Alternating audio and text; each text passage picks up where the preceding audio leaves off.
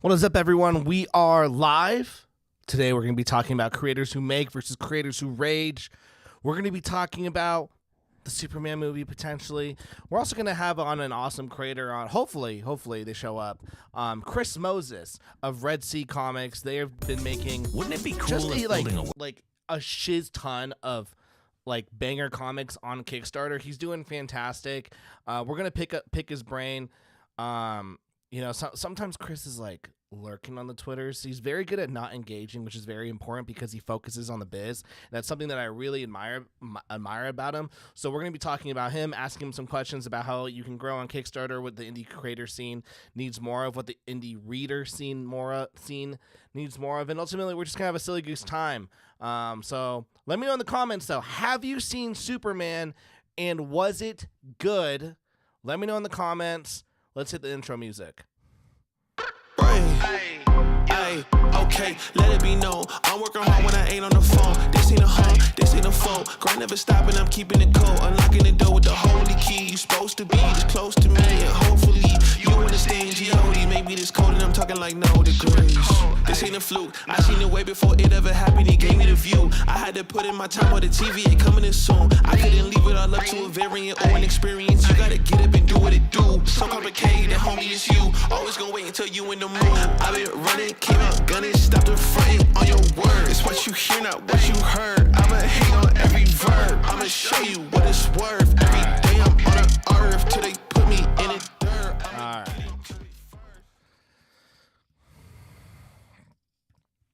How are we doing? What is up, everyone? All right.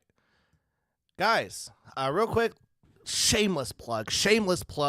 Super Plumber Sisters number 1, 2, 3, and 4. The series finale is on Kickstarter. Link in the chat. Link in the description. We are so close to hitting that 10K. If we hit that 10K, we will be doing a 20-page bonus story for the trade paperback. If we can get to 20K, we will do a full-on colored trade. Super excited for it. If you haven't jumped on the series yet, let me know. If you're wondering, Tyler, like, where's like My Sexy Witch Academia? Like, I backed that book. Check it out. Check out behind me. Ta-da! Look at that. That is around like 600. We have like probably 600 My Sexy Witch Academia books right there that are going out to backers. And then over on here, we have another like 200 add-on books. I'm talking like Megafist, Super Plumber Sisters, Bold Assassin, My Q Coworker, My Life as RPG, Demons, whole bunch of other books that people have ordered. There we go. That we're going to be sending out. Also, we're going to be sending out the Wrench, the Battle Wrench, two Super Plumber Sisters 3 backers. Just like I've just been pulled away on so many different things, so that's why that one's slightly late. You know, I'll be honest. I am like 15 days late on this Super Plumber Sisters on this My Sexy Witch Academia 3 rewards. I'm very sorry. It's been very hectic. You know, it's I think there's one thing when we're having these discussions on like late books, late projects. I think one thing that we got to consider is like the creators who are like doing this all themselves. Like I touch every book. I package every book. I like write and draw parts of every single book. And when you're trying to do multiple books, you know, there's just a lot of logistics. And so when you're drawing, you're writing, you're prepping, you're planning, you're doing these live streams, you're packaging, it's just a lot. There's just a lot of logistics. It can get hectic. It can get a little hectic, which is fine. Like, I'm not saying that I don't want it to be hectic, but that's just the truth. Let's get into the chat. Bancroft, what if you're a creator who makes a book called Rage, then make the rage. We have Mason Eastley saying, I liked Superman. I liked Superman too. Some of my followers did not like that I like Superman. In fact, if you are part of my Substack, this is like where I update this almost like basically every single week. It's where you can find some of my most deepest thoughts on everything. But I put this week's like newsletter was me talking about my review of Superman. I talked about the things I liked, things I didn't like, but then like I lost a backer. Luckily, like they never backed any of my books before, but they like literally DM'd me saying like, ugh, like I'll read it. It says, I had a backer in my DMs ask me, I thought you liked good storytelling, in which I told them I did. We had a back and forth, but ultimately they felt that because I enjoyed this movie, it reflected me as a storyteller entirely, and they canceled their pledge. And I was like, holy crap, like that's nuts. The amount of like vitriol and like division that's happening in like comic books and whatnot over a freaking movie. And yeah, it's nuts. And so to me, at the end of the day, you just got you like what you like. Like, was it you know what? Let me pull it up. I've been exploring like a lot of like thoughts because of the Superman movie, and probably this person I've been going back and forth with on Twitter. They articulated a really good point of view. They're like,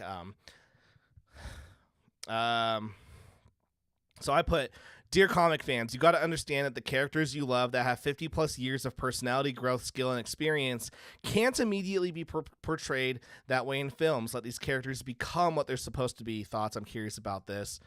This is an important part of the tweet. By the way, this is an idea that I'm exploring, so I wrote it in a way that might trigger some, but I'm genuinely curious about this.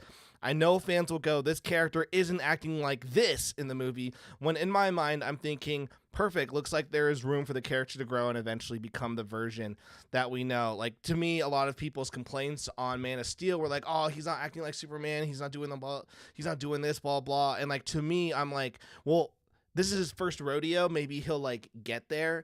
You know, when we see Supergirl, everyone's like, oh, she's not acting like the way that I wanted to. It's like, well, maybe like we don't know how long she's been in her career. Maybe she will eventually become this. You know, she can't be the version. She can't be the version that we know.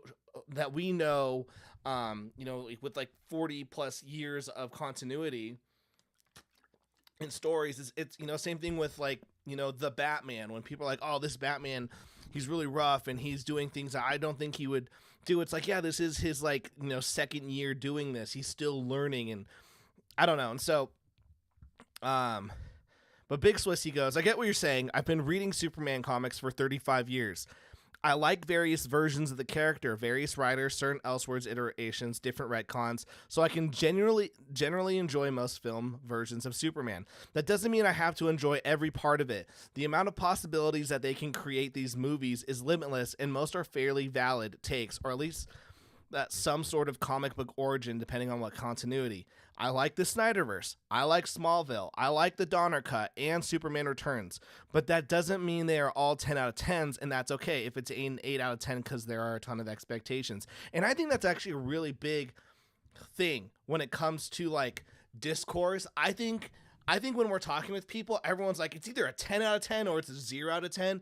And it's like, no, you can like still enjoy the movie, even if it didn't hit like exactly the things that you wanted. Like for me, I really enjoyed this Superman movie. My only problem with it was that, to me, I do wish that there was some, like, they sprinkled the origin story throughout the movie. The only reason why I wish that there was just like maybe a scene of like the origin story is that if this is to be the start of a brand new universe and a set of stories, then in my brain, this is going to be the quote unquote universe that maybe I can get my child into, in which case my kid has no understanding of Superman or his origin or anything. And so if my kid were to watch the Superman movie, he's going to have a silly goose time, but he has like no, I don't know, maybe like emotional connection or understanding of Superman, because they really just like, boom, they put you in to this movie. They really like get you in, into the action. The world is already built out. Literally, like, if you haven't seen the movie, this isn't a spoiler. This is like literally the very first frame of the movie. It goes like 300 years ago, superhumans were introduced to the world. 30 years ago, Clark Kent's, Superman's pod enters, Earth. 3 years ago, Superman introduces himself to the world. 3 minutes ago, Superman loses his first battle, and then the movie starts. So that's my only thing is like it immediately throws you in there. But you know, like I get why people are frustrated. And so like I try to have like some kind of empathy.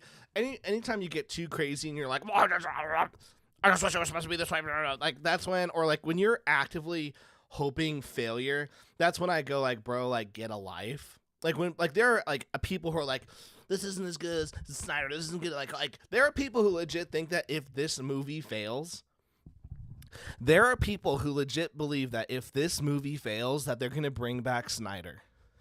They legit believe, like, so I saw someone tweet and they go, now that we have James Gunn Superman, it's only fair if WB lets Snyder continue his version, so then they can compare the box offices. And I'm like, bro, just like it's done, it's over, and it's okay, it's over. And does it suck?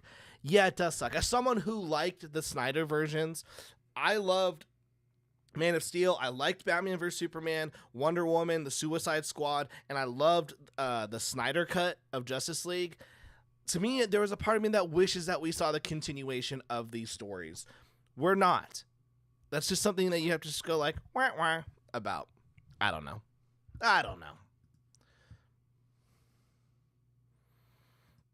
Let's get to the chat here. Kovas, look at yo. Thanks for having me on. Again, I hit my funding goal. That's awesome, guys. Go check out AWOL #1. We have Ichthus. Bro, Superman movie was fantastic. Best birthday gift. Happy birthday, Ichthus. I forgot. Fucking piece of shit. I'm sorry.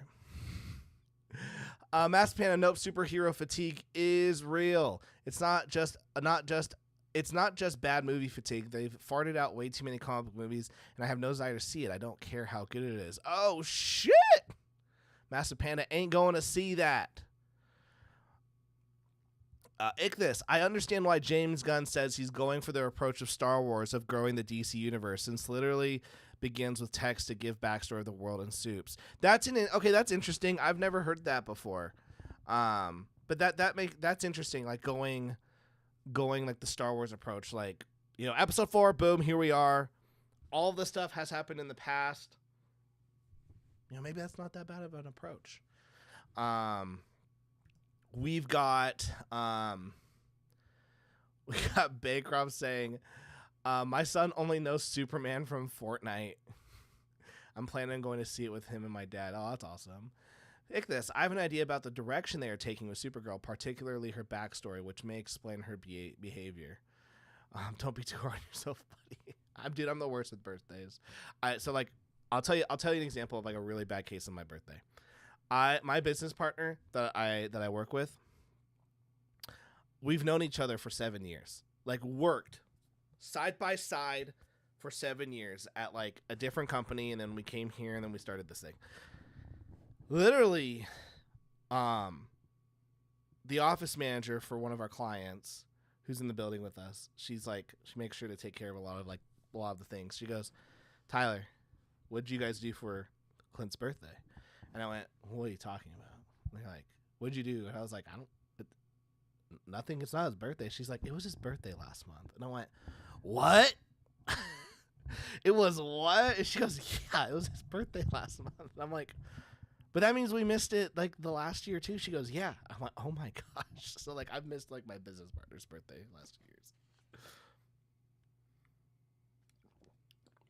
2 years. In terms of like the direction of Supergirl, there's a part of me that thinks that like the reason why she's kind of like alcoholic-y is that she's just dealing with a bunch of freaking trauma. So much trauma. And this is like how she's, you know, quote unquote coping with it. I hope my guest shows up. I hope they remembered. I don't think they did, because if they remember, they'd be here. Hopefully he jumps in. Let me just check.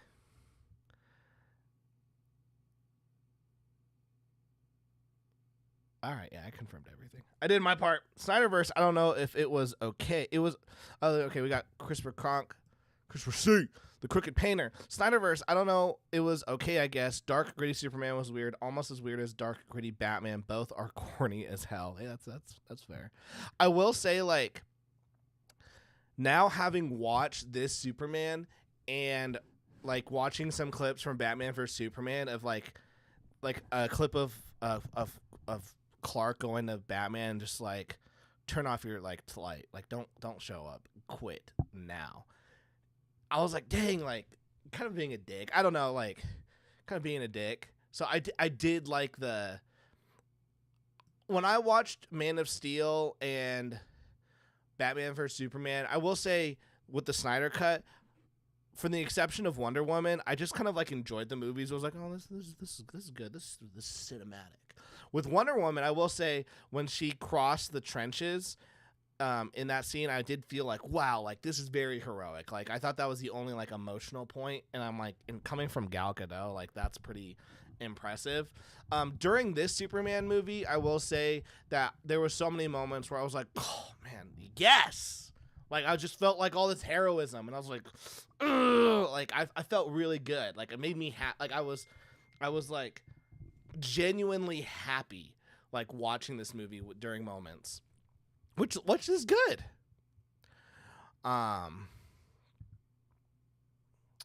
Let's see.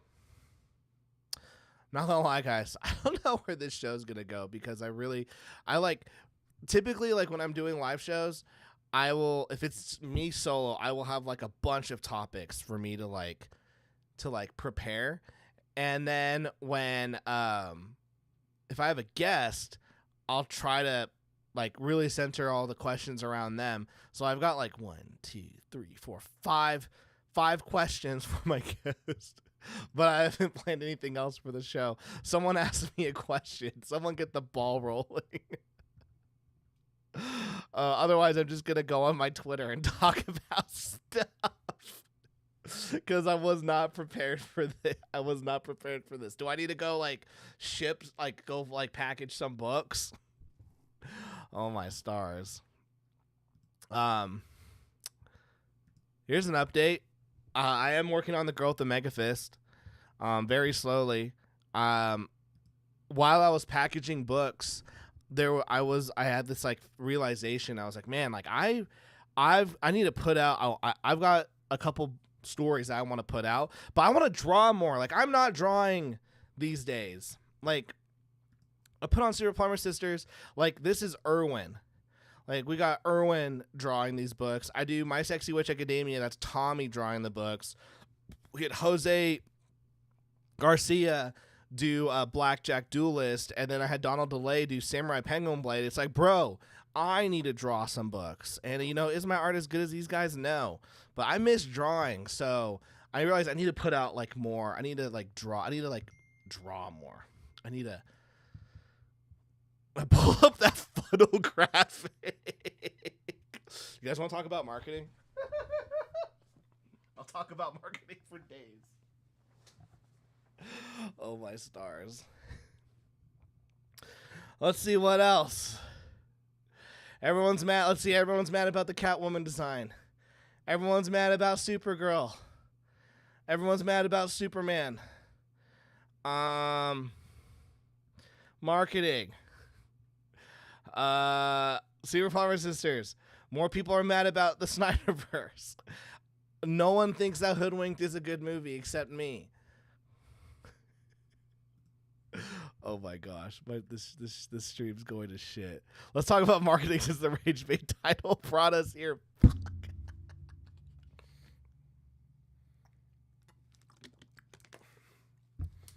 My wife and I are married now for 7 years.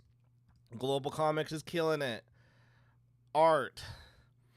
I spent till 2 a.m. building out a marketing funnel for a company. It was not fun, but I killed it. Like, it's working so well. Like, I'm so happy it works so well. Back my book. I like Black Ops over Common America. I have this graphic novel I don't know what to do with. I love Ready or Not. This is one of my favorite games. Absolute Batman is awesome.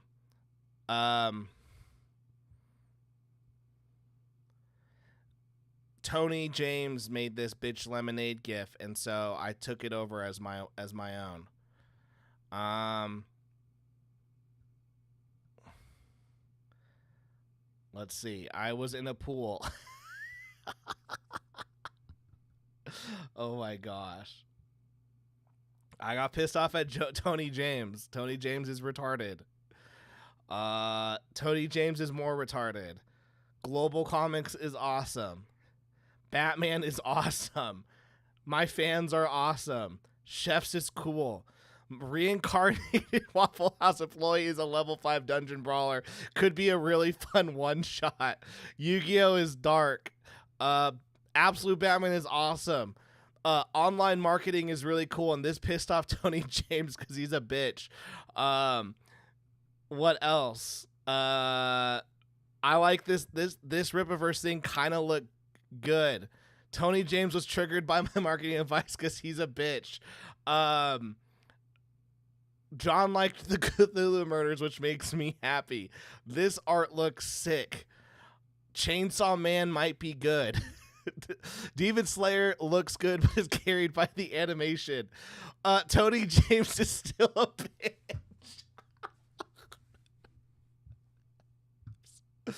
Oh, guys, what does this come down to? Hi. Oh, you mother. Hold on, we gotta turn that up, man. Motherfucker! Oh, you motherfucker! You always fucking do that shit every fucking damn time. Oh, hi. I'm Tony James. Oh, you. Tony was like, he must have digged over years of stuff. Dude, this was on your Kickstarter page, on your first Kickstarter. Tony James is still a bitch. I like comics. I will read this trash. Okay, I actually need to refine this. Sexy fitness comedy about a middle-aged office worker who is struggling with his out-of-shape body, the cold attitude of his teenage daughter, and the suspicion of his wife cheating. Even worse, when he tries to help a female work colleague one day, he accidentally touches her breast, and she uses that to blackmail him into doing what she wants. But wait, what is she ordering him to do? She forces him into the gym because the sadistic girl likes buff macho men. I love this shit. We're going to unbookmark that and rebookmark it. Okay. This is stupid. Let's get into that. We got Andrew Roll for $4.99. What do you think of Global Comics print joining forces with Comics Well this spring? I think this is the best news. I think it's absolutely fantastic. Global Comics, like I love Global Comics. I don't do enough with Global Comics. I need to do more on Global Comics.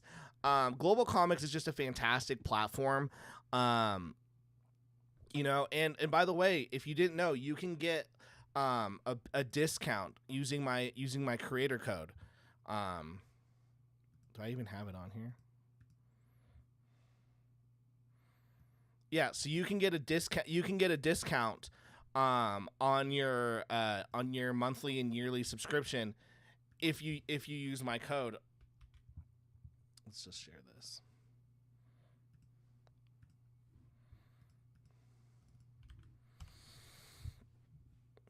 I think I just freaking shared my Kickstarter link again. There we go. So if you want to read, I read Global Comics all the time.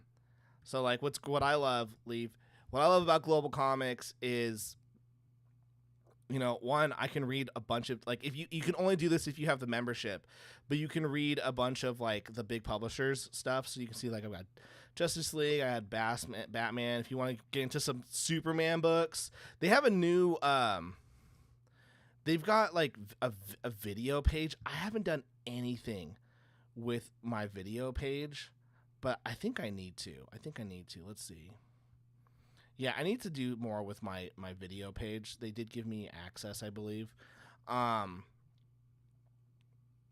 know, you can this is my current reading list of stuff that I'm checking out. A lot of, you know, Ed Brubaker and Sean Phillips right here. Got my boy Nicholas Mueller. My read later has a lot of image. I had some this was fun. This fucking sucked. This was all right. I didn't get into this. Need to read these.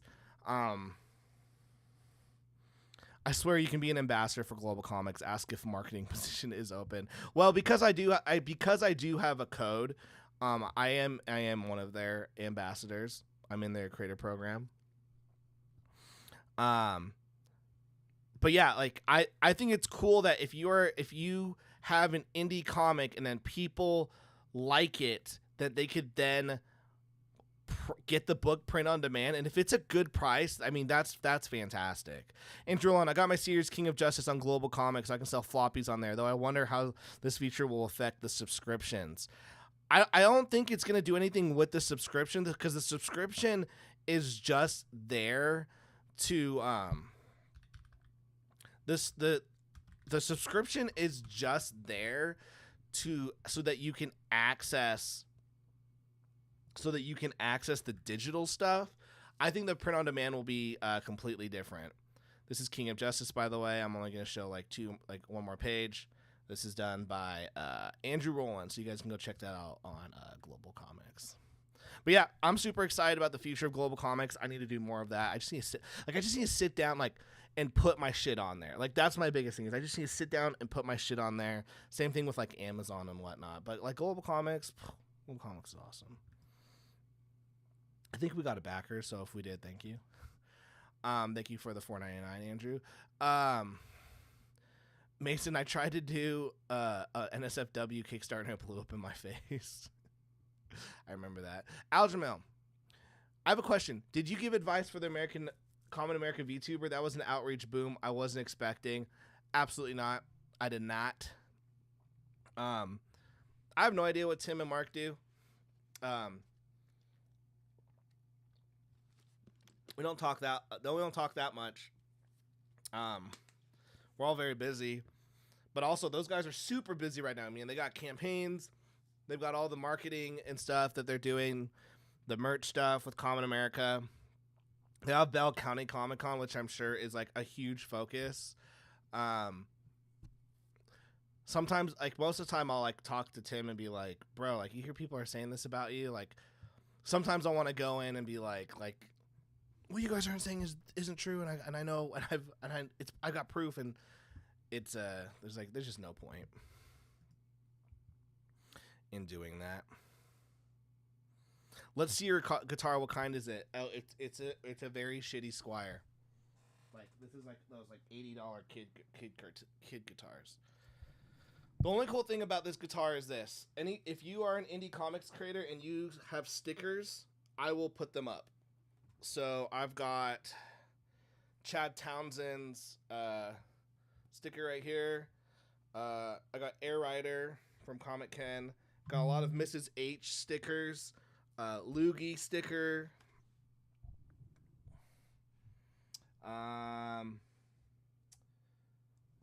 Mrs. H did this girl with the Mega Fist sticker. I think this is another Loogie sticker.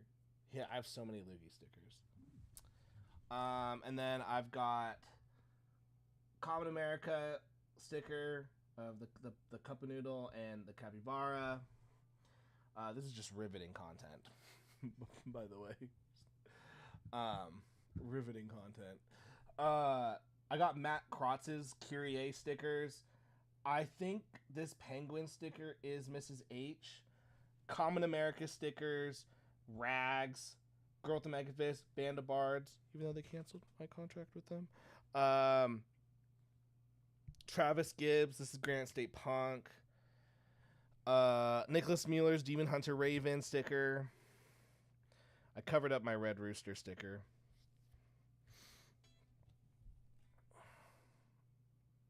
Yeah, I think that's it. Another Loogie sticker. A Comics Wellspring sticker. So yeah, like if I back your book, you send me a sticker, it's going on the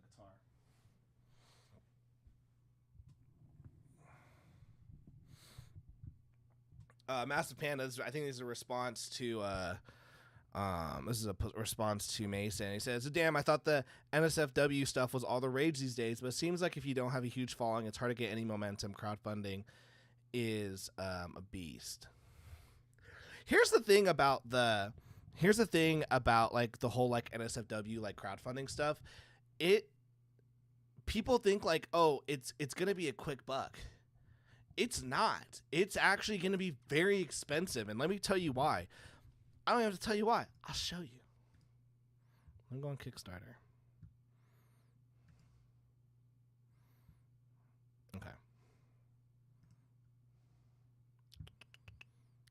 Once we find an NSFW book, we're clicking on this shit. Okay, ready? This could be it. This could be an NSFW.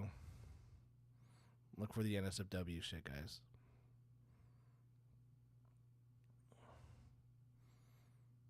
This is definitely NSFW.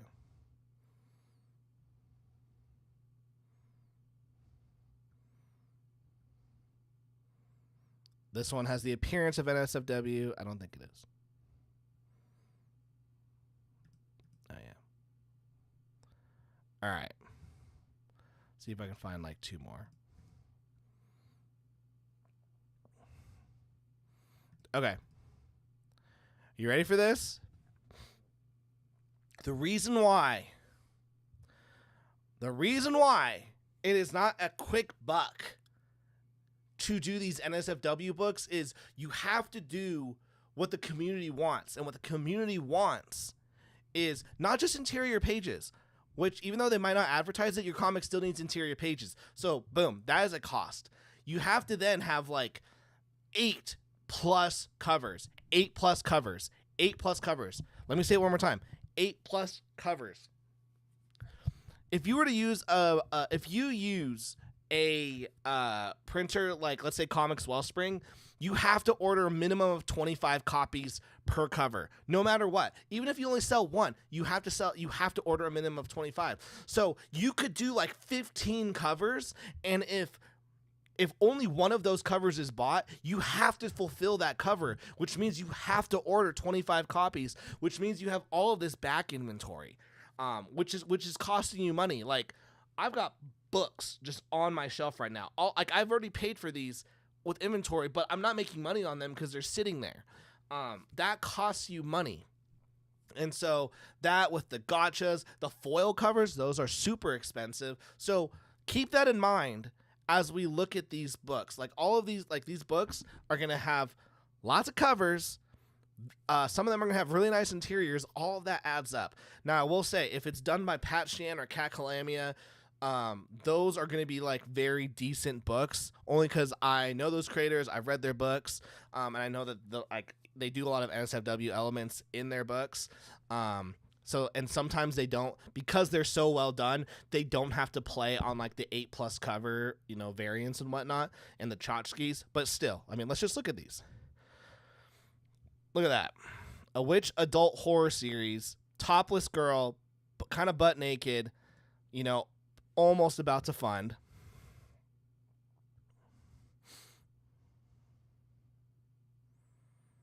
It's got some reviews from like some good people, like Charlie Stickney. This art isn't bad. Oh, that's kind of cool. This art isn't bad. Give us the covers. Oh, look at that. All right, maybe they need some more covers. All right, here we go. Nightmare in Wonderland, 1 to 3. 720 backers, 30,000. Guys, I'm just doing free freaking advertising for you guys, so you're welcome. All right, this is a Cat Calamia book. We got boobies, thongs, variant covers. 1, 2, 3, 4. All right, 5, 6, 7, 8, 9. So they got like 9 different colors. The art is very good. The art's, then they got all the tchotchkes, the poker chips, the box, more covers, trading cards. This is a lot. This is a big production. Okay. Glass is from Luis Torres. Art looks great. I don't think he does. Okay, never mind. That was a lie. 1, 2. So besides the main covers, 2, 3, 4, 5, 6, 7, 8, 9, 10, 11, 12. It's 12 covers. Yeah, 12 covers. That's a lot of covers. All right. Manticorpse. This is Astral Tickets. Okay, so I know who this is. Pretty solid art. Let's get into the cover gallery. Okay, typically people do like A, B, C. Like for me, I get to like maybe F, which I think is six. A, B, C, D, E, F. Yeah, 6 covers. Ready for this? 1, 2, 3, 4, 5, 6, 7, 8, 9, 10, 11, 12, 13, 14, 15, 16, 17, 18, 19, 20, plus the 20 covers plus the patch. You had to pay for all this art, plus you have to pay for all the copies. This is a lot. This is a lot. This is Pat Shan, 800 backers. Pat Shan typically has maybe let's see, cover G. So this is 8, 9. It's a Paul Green cover. Jeez, that's nice. All right, 10, 11, 12, 13, 14. Okay, 15, 16. All right, they got 16 covers. So, that's a lot of covers. Pulp Girls Dust Bunny. All of these, by the way, have fantastic art.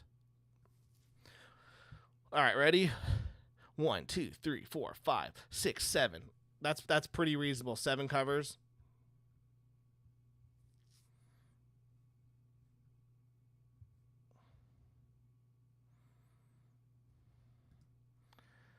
Dead Sexy, this is the Wheelers. 1, 2, 3, 4, 5, 6, 7, 8, 9, 10, 11, 12, 13, 14, 15, 16, 17, 18, 19, 20, 21, 22, 23, 24, 25, 26, 27, 28, 29. Holy shit, that was more than the outfit. 29 covers. Yeah, holy shit. 29 covers. Just all the various, it's just all the variations.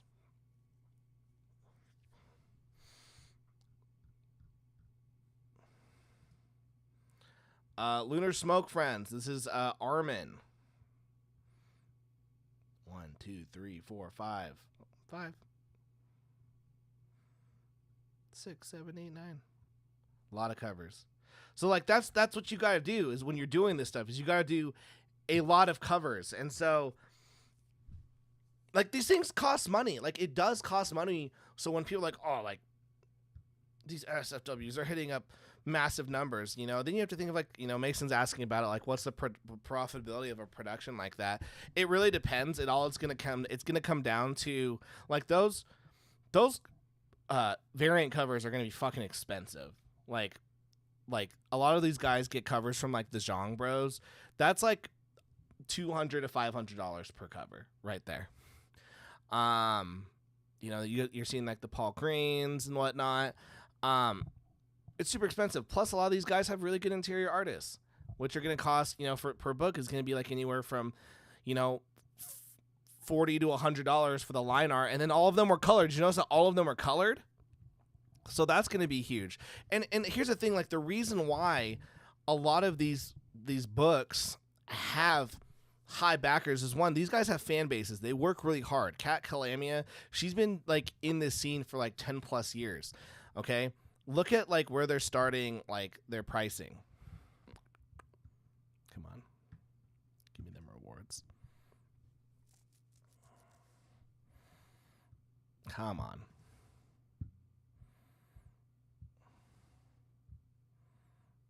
So a lot of these people are going to start the rewards at $10 for a digital potentially, and then probably 15 to 20 for the physical book. All right, here we go. $6 for their digital, $11 for the premium. So this is what people are mostly are. Oh wow, I wonder what's the difference between these two. All right, so you $10, and then where are we going at 12? Dang, cap prices are stuffed pretty decently. If we look at Chris Moses, he was supposed to be my guest tonight. He's doing $10 a digital. And then starting at $15 for his book. So 5, that just gets you a standard PDF. But most people are going for the digital PDF because you're getting the background stuff. You're getting the cover gallery. And then he's starting his main stuff at $15. So whenever you look at a creator, I always look at what's their initial physical and what's their initial digital. For yours truly. Gosh, the one thing I fucking hate about this chair is it just goes down, and I have the same chair at my office. never goes down, but for some reason this one does. Maybe I put it together wrong. You know, for my stuff, I kind of do the same thing where, you know, I do like a digital PDF, it's just very standard, but then the digital deluxe is where you're going to get like the cover gallery behind the scenes. And then, you know, I'll typically do like my cover A's at like $10. That's very standard for what I do. Is my cover A is going to be $10.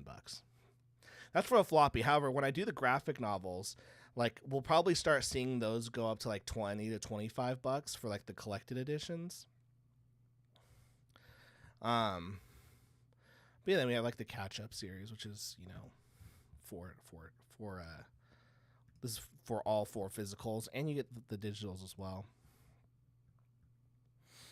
So yeah, like, you know, whenever people are complaining like, oh my gosh, like it's all the NSFW stuff, man, it's like, to me, like the only thing that matters, one, is my own business. I don't know why people are crying so much, but then 2, like you just don't know the logistics of like how much these books cost, or like how much you're having to spend. Like if you look at some of these campaigns and they've got like 100 backers, but they've got like 30 freaking covers, you have to realize that some of these covers only have maybe 1 backer in them, which means then the cover, then the creator then has to front that money to order all 3. And so like for me, one of the biggest quote unquote points of success that I have when it comes to like, is my book am I doing well with my funding, is to see, did I cover the printing costs for every single variant cover I did. So like here's an example. Cover A, $134. The minimum is $25. If you're going to use Comics Wellspring, the minimum is $25. So that's kind of like where I'm looking at. If I don't sell at least 25 of this cover, it's a fail. So cover A, $134, we're good. Cover F, $45, we're good. Cover E, $30. Cover D, $32. Cover C, $38. Cover B, $36. All these I already have stock of. So like, let's see, A, B, C, D, E, F. Okay, so that's all of them. So like, to me, like this is great. I've hit my threshold of 25 copies for the variant covers. The biggest one obviously is always going to be the digital deluxe and the cover A. The digital deluxe is given with every backer forward, and then the cover A is always going to, you know, it's the cheapest one. It's always going to be the one that people are going for. But this is where the sauce is, by the way. This is where the sauce is. So then this is the back catalog. So like I still sold, by the way, this Super Plumber Sisters 4. I also sold 30 copies of 1, 34 copies of 2, and 40 copies of 3. I also sold 6 copies of Sexy Witch 1, 7 copies of 2, 3. So like all of this shit adds up. Like this is the power of having a back catalog. I've sold 21 battle wrenches, which is fantastic. Here's the battle wrench, by the way.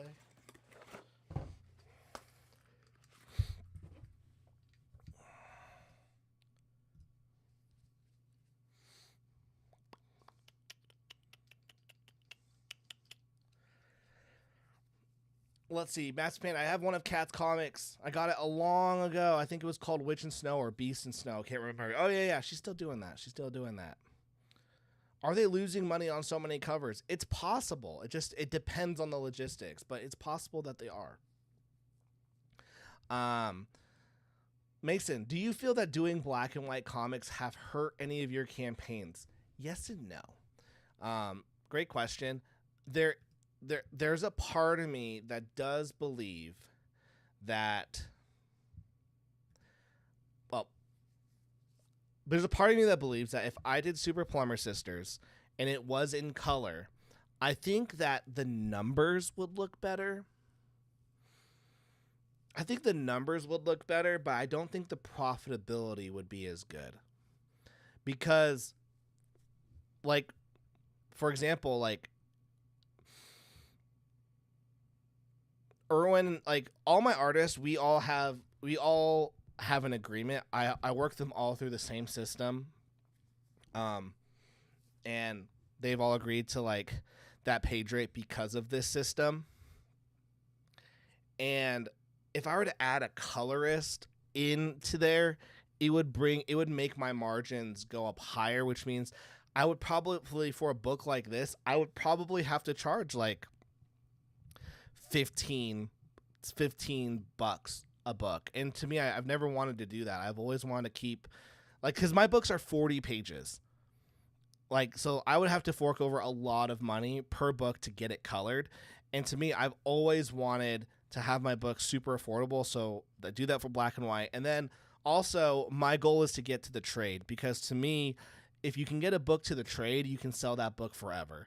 I don't think I can sell the floppies of Super Plumber Sisters 1, 2, 3, and 4 forever, but I know I can sell the trade of Super Plumber Sisters forever. Like, the moment I have those files, I can sell that book forever. So that's the goal for me, to get completed stories. I don't care if this doesn't hit like 10K or like, I want enough that we can make the book so I can get to the trade.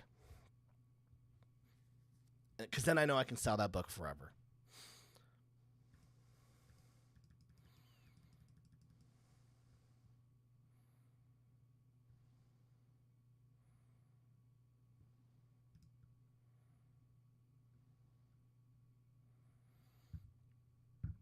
Let's get back in the chat. Tyler, follow-up question. What do you have more success selling at cons, floppies or trades? Well, I don't do very many cons. Like, honestly, like, I'll be honest, I don't do very many cons. The last con I did was in Texas with Tim Lim and Mark Pellegrini at the AP celebration, and the only reason why I did it is because Tim invited me. He's like, "Hey, you should come do this. It'll be fun." And so I was like, "Yeah, sure, why not?" But I typically don't do cons. Last time when I was doing cons, I only had floppies. So like last time I did cons, I just had floppies of demons. So like, that's how long it's been since I've done like cons. When I went to the AP celebration, Bullet Assassin was the first book that sold out on my table. And then after that, it was Super Plumber Sisters. And then after that, it was Growth of Megaphist, and then Sexy Witch Academia.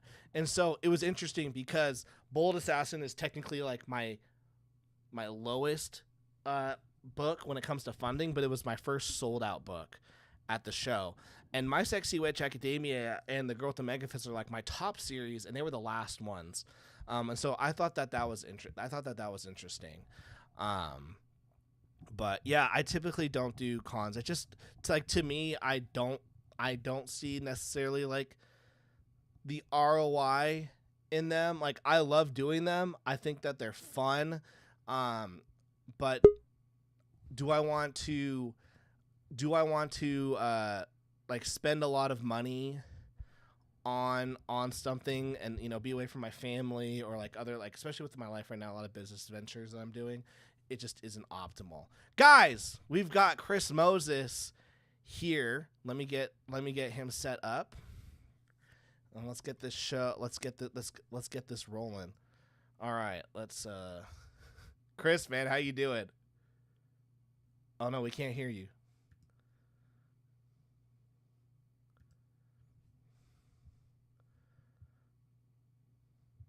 Can you hear me now? Good? Yeah, we can hear you now. All right, awesome. My fault, man. Fucking life.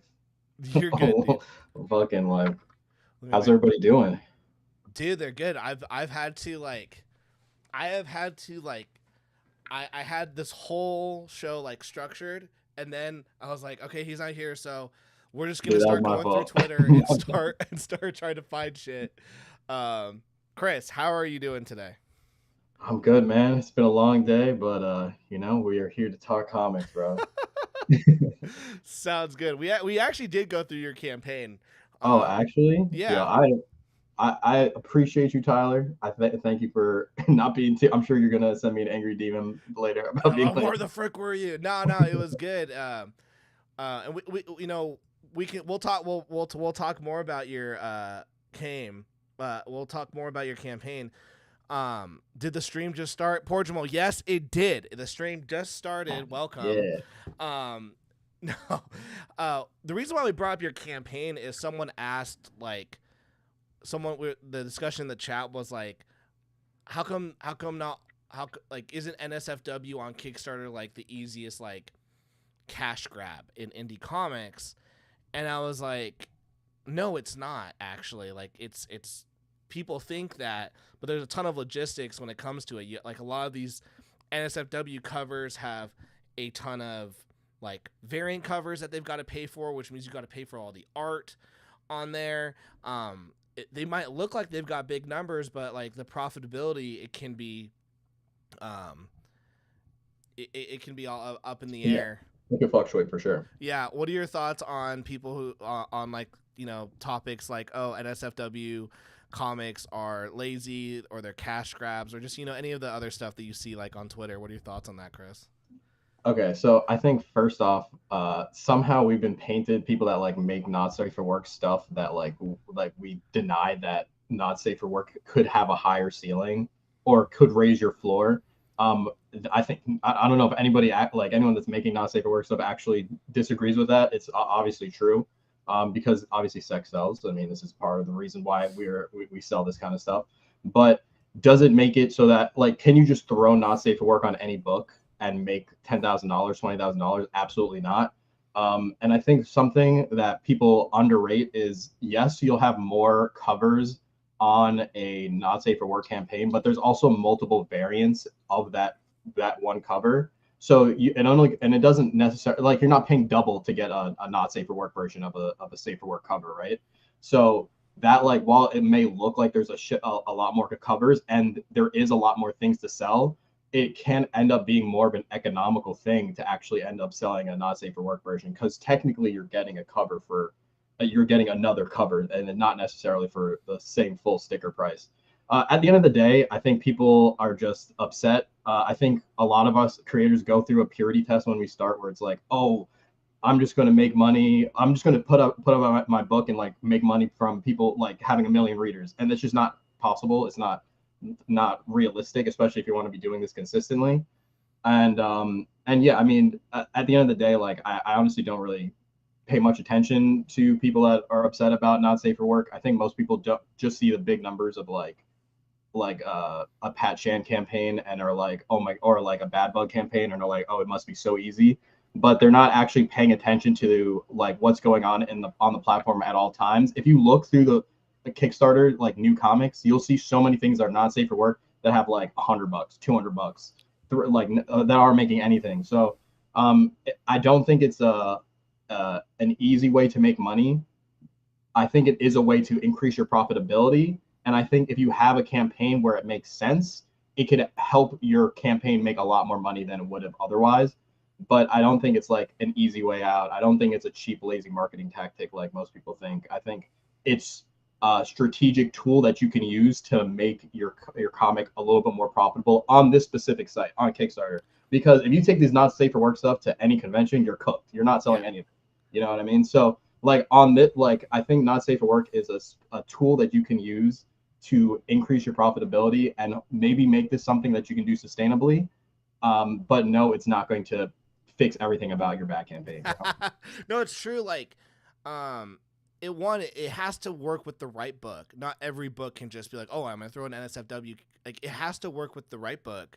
And then 2, if it's priced a certain way and the audience goes for it, like, that extra, like, selling like extra 20-30 copies of a higher priced NSFW book could actually help out everything else in the back end, economically for you. And that's just and also agree with what you said, is it just works on Kickstarter.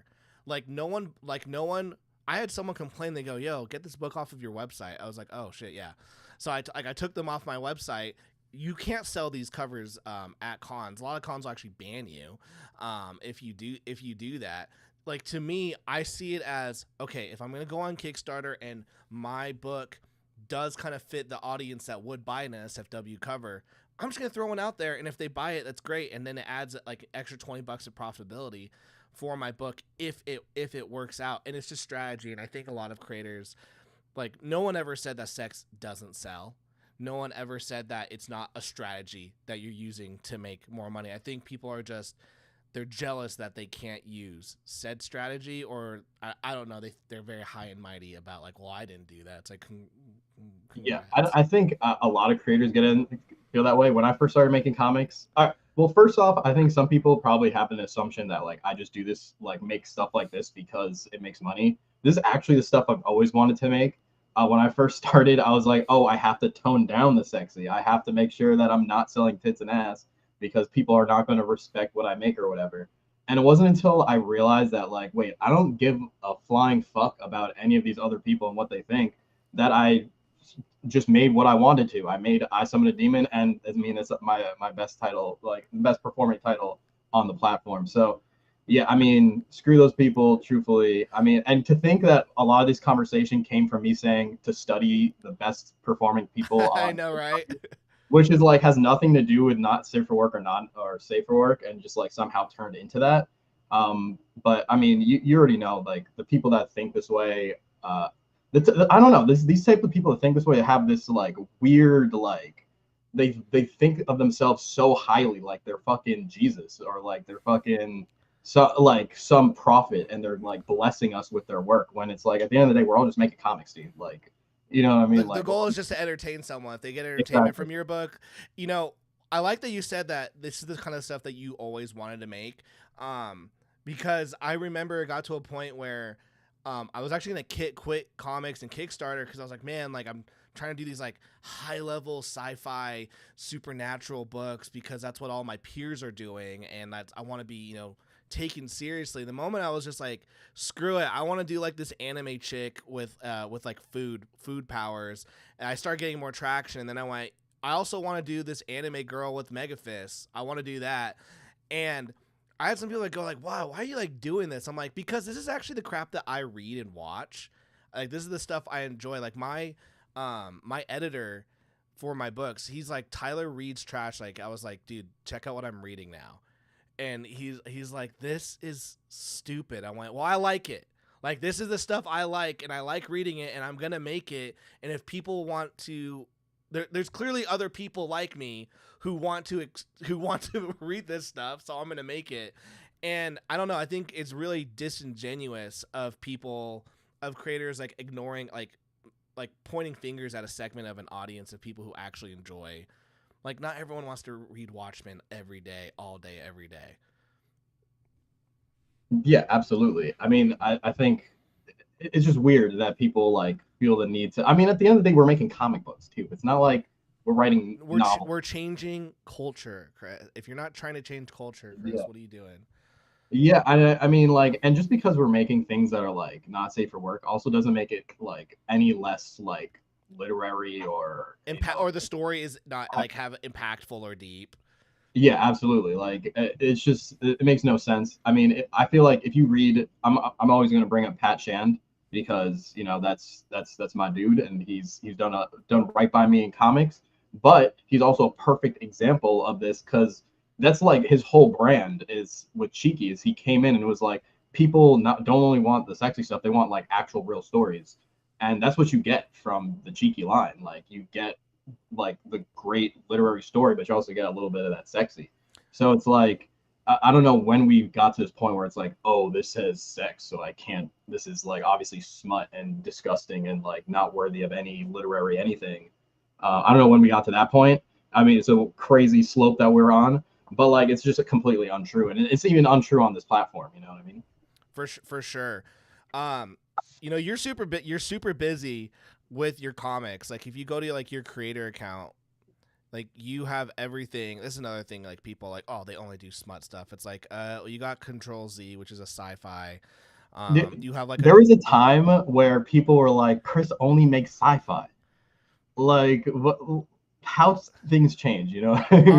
but you're still doing it. Like, you have the sci-fi noir with Soma City coming soon. Yeah, that's launching next, actually. You know, a supernatural series, another supernatural series. Like, one, how do you as a single creator stay focused in one, putting out more Kickstarters than most creators are ever going to put out, you know, ever? And then how do you keep yourself like organized and like continually like moving forward? So, I mean, I definitely am one of, the Zillennial generation where we all have ADD and like have trouble focusing. So I don't know. I like to have a lot of different projects going on. And as you know, from being a writer and an artist, these things take so long, and I can only write so far ahead. You know what I mean? Before, and things can still be taking forever to catch up. So, I mean, it's easy because like I can write one script and it'll take 3 to 4 to 5 months before it's even finished, so I can move on to the next thing. And so that helps keep it organized. And then also I have everybody on Discord. I have a Discord for the Red Sea Comics, and we have all the artists on there. We have all the editors, and it's all broken down by like different titles, and we have like weekly updates. So there's like ways I've implemented some structure, like a more traditional like actual company, so that we can continue to move forward as a company. So do the artists like interact with each other? Yeah, and that's part of like us bringing on artists. Like some artists I won't bring onto the Discord, not because they're not amazing artists or anything, but like there is a level of camaraderie and sort of community that we're building there, which also helps with motivation and keeping people working on time and continuing to put stuff out. So yeah, I mean, and so it's not everybody fits in that mold. Some people are just like mercenaries and they need to focus, but other people will bring in and they really start to become part of the Red Sea Comics family. So tell me what happened with tell me about this. The Red Sea Legends #1. Was this supposed to be a one shot or just didn't do well enough to make more? Okay, so it actually was supposed to be a one shot. So there was a few one shots that we put out. The Exorcist Club #1, Red Sea Legends, 10 Degree Mutant, and Blood Type V. These were all one shot. Were supposed to be one shots, and it depended on how well they did for us to do another one. I was actually thinking about doing another Red Sea Legends, and it'll come out eventually. It's one of the most popularly, highly requested sequels that we get. But currently the artist is working on something else, and so eventually they'll be back. And they also do the art for 10 Degree Mutant, which is also something that people have been wanting to see more of. So was this another one shot? Yes, correct. So those were all. Yeah. What's your take on like balancing between like how do you know something's gonna be like a series, like the Exorcist Club or like a Summon a Demon, is kind of my type, versus a one shot? Like how does it get past that threshold of like I'm gonna do more versus like this is just gonna stay here? So generally it depends on like for the most part I feel like you can kind of tell when something's gonna pop off and do really well. But generally it depends on how that first one does. I go into all these things with like, all right, here's the overarching plan, but here's how we can just make a satisfying single issue. Okay. And generally it depends on like cost and how much it ends up doing, and not necessarily adjusted how much it does, but like how well it's received on the algorithm and how people are like responding to just like the premise in person, like how it sells in person. Like there's a bunch of different ideas and different like factors that go into whether I'm going to give this a second issue or a third issue, or if we're just going to wait on it. At the end of the day, a lot of these things will come back and we will finish at least a volume. But as of right now, since I'm not one of those people that has multiple accounts, so we can only do one a month for the most part. But until then, until we have something else like a Red Sea Comics account where we can bring some of these other things back, obviously we're competing for space. For sure. And, you don't want to oversaturate yourself, like compete against yourself and your own titles. Massive Panda is saying, Chris, I've lost track a bit. Has I Summoned a Demon already started fulfillment? I'm almost certain I backed it. But you've got so many campaigns. By the way, you're killing it. I mean, appreciate it. Definitely send me a message. I mean, as you see, we have like multiple I Summoned a Demon accounts, so I'm not sure which one. But I Summoned a Demon Volume 1, I Summoned a Demon Volume 2, our Halloween 2024 special, and the Spring special have all been fulfilled. If you're waiting for the Spring special, that was actually fulfilled by Pat Shannon and the Space Between guys. So that should be coming literally at any moment. And then we have Volume 3, which we funded in February, that will be coming out, I believe, next month. But yeah, if you're missing something, make sure to send me a message, and we'll definitely get you see where something went wrong. I don't know. When it comes to the USPS, sometimes shit just goes missing, and it's honestly such a headache. So definitely easiest way to get that fixed is just shoot me a message over on Kickstarter, and we'll get that to you immediately. Or see, I mean, maybe I'll check the tracking number and see that it's still stuck at a post office somewhere. Yeah, it's just like So, lost in transit. How did it feel, by the way? I remember when this campaign was launched and it just went like, how does that feel as a creator, just to like be like, oh my gosh, I'm him.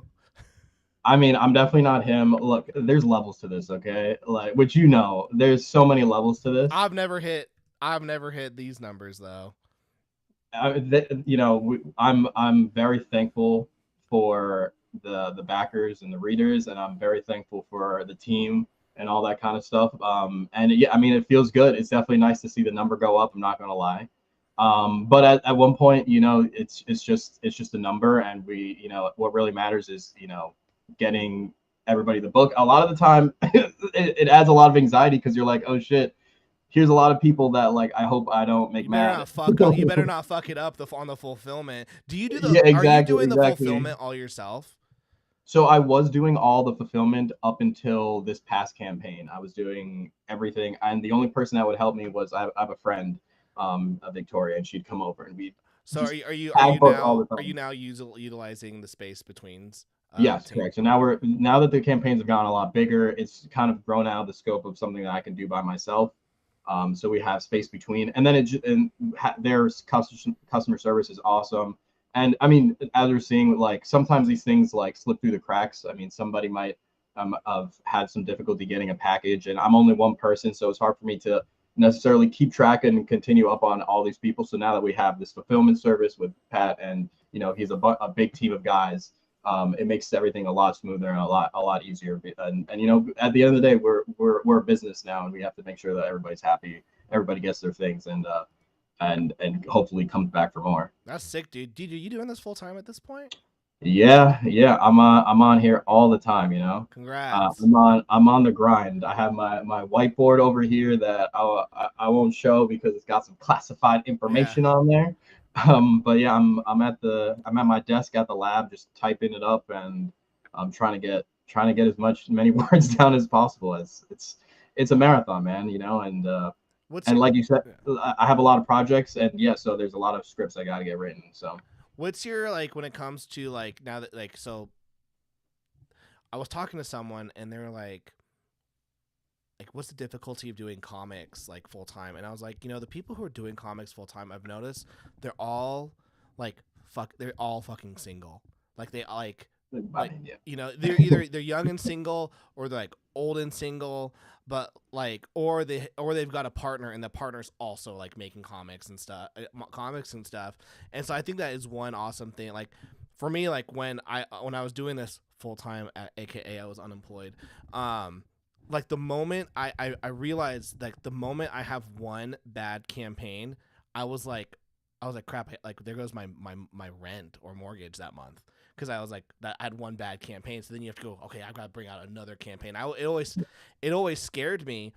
So when it comes to like you're growing your business, like how are you growing both on a platform with Kickstarter, but what are you doing as well to bring on the income outside of Kickstarter? Because I feel like everyone in indie comics is always like Kickstarter. It's like, okay, well, you can have other sources of income. Like, what are you doing? Like, I noticed you started TikTok. You came on my For You page. I was like, oh, I know that guy. Oh, nice. So what are things that you're doing to like grow your business outside of Kickstarter? Because sometimes Kickstarter can just be crazy, and sometimes things are just out of your control. 100%. So yeah, I mean, like, yeah, I don't have a family. I don't have a wife or kids to take care of. So that obviously makes things a lot easier for me. Because yeah, that's a huge expense. It's huge stress on your life, and it's something that you have to be able to keep stable. And Kickstarter isn't necessarily that. Even if you're running campaigns month to month, like you said, Tyler, you could have a campaign that doesn't do what you think it did, and now you're behind on your rent or your mortgage, and maybe you can't eat, and that's just life, and that makes it a lot more difficult. It's easy when you're a single person. You're like, all right, we're gonna cut it back. But if you look at your kids, and you're like, so you don't get to do baseball this month. But yeah, these are things that are like hard decisions that you have to make when you have external factors outside of comics. So luckily, I don't. That's not my situation. So I'm trying to take advantage of that as much as I can. And yeah, so when it comes to making money outside of Kickstarter, I also freelance write. So I do a lot of writing for Pat. I do a lot of writing for other people. Things that may be under pen names. Maybe you might see them on Kickstarter. Who knows? There's things around. So I write a bunch, and that brings in a good amount. But at the same time, we're running a business, and money comes in, money also has to get spent, and at the end of the day, all of it goes back into the business for us to expand it so that we can have all these campaigns running and all these things going at the same time. Because at the end, we don't stop. We don't take breaks in between books. We continue on. That's how we can keep the production going and the flow of books coming out. Dude, nothing is unsexier in comics than spending thousands of dollars on cardboard boxes. Like, yeah, my wife's like, dude, you just dropped like $1,000. What'd you buy? And I'm like, Gemini mailers. Like, it's the most unsexy spending ever. And they go, well, what's this $500 charge? Like bags and boards? Like, I don't know. Tape. Yeah. Yeah, no, it's crazy. A lot of people just like they think, there's look at these huge numbers, and it's like you're not realizing like the expenses that are involved with all this. And I really feel like in comics, like I like what you're doing, where you're organized with your Discord, your company. I feel like in comics, the room for error is so tiny. Like if you have a bad campaign and you don't have like all this extra like income streams, then like you could fuck yourself real quick. I found that out. I fucked myself super quick. And I was like, okay, so we gotta really find a job quick, because I can't do this no more.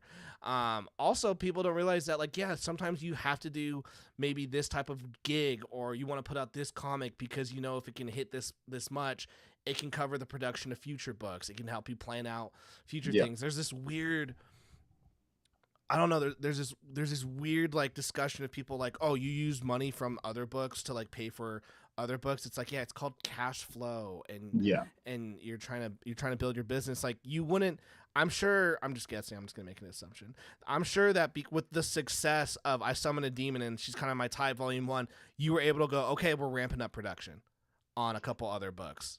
Okay, I mean, should I spit some free game for you guys? Spit it.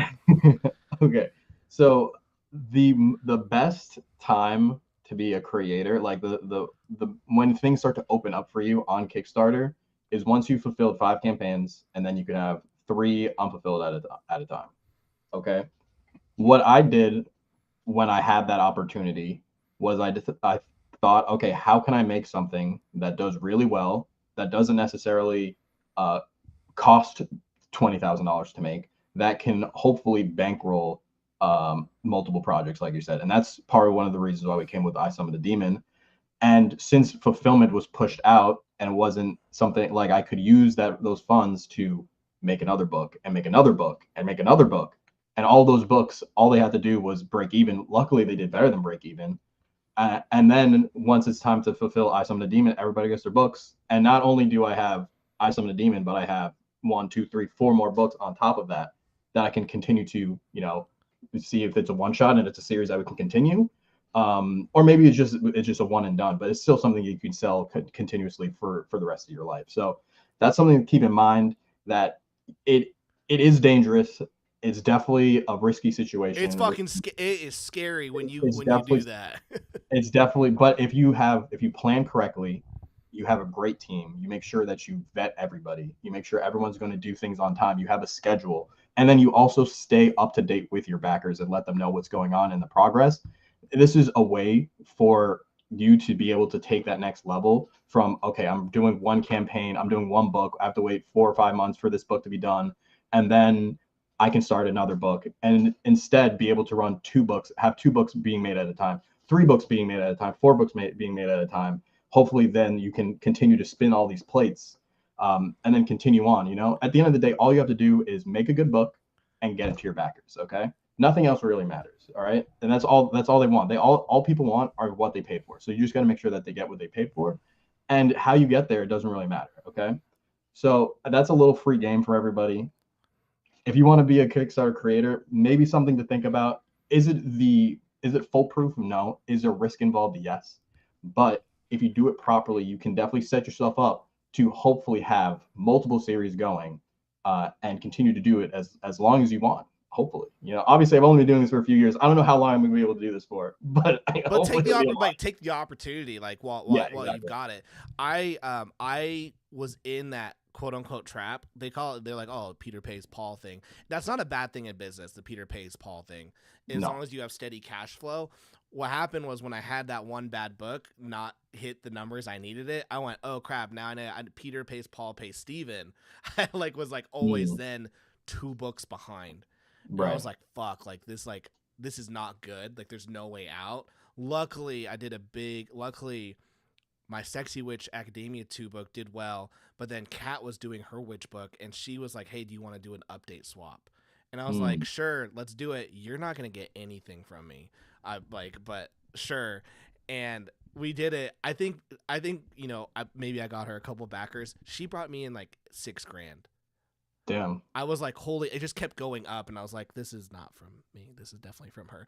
And that was able then to I was able to pay off, square everything and go, okay, I'm out of this race. So there is risk involved, because absolutely, when my Super Plumber Sisters book hit, I went, okay, I have enough to make this book and 4 others. So let's just do this. And then when one sinks, you're like, okay. So there's risk involved, and you just got to be forward with the backers. And at the end of the day, like you said, they just want their book.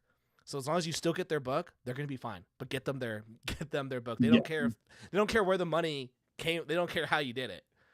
But get them their book. Exactly. They just want what they paid for, and hopefully it's a great product. There's been a lot of damage done to the reputation of crowdfunding, and a lot of people go into these things and they think they'll never get their book. So if you're a creator, really the bar is super low. So really, you just have to get it to them. Just get them what they paid for. Yeah. That's really it. The bar's been hit so low. It's if you can just get them their book, they're like, oh wow, this was great. Yeah. And honestly, Kickstarter is has some of the nicest backers, readers that you will ever find. You may never get a bad comment from a Kickstarter backer, which is not the same where you put out a book anywhere else. So I have a book from Mad Cave called Synapse, and a lot of the comments on that are not good. Really? So it's just to say that when you have an opportunity like Kickstarter to connect to amazing readers and amazing backers that will help you grow your career and hopefully be with readers with you for the rest of as long as you do this, you really just need to treat them well, treat them with respect, and make sure they get everything that they paid for, and they will carry you to where you want to be. What happened to your Mad Cave book? The comments on. Oh, Mad Cave is amazing. I love these guys. They did a great job. We got the all 5 issues out. I think last month is when the trade came out. But if you look at some comments, you might see we have Evangelion at home. Oh, dang.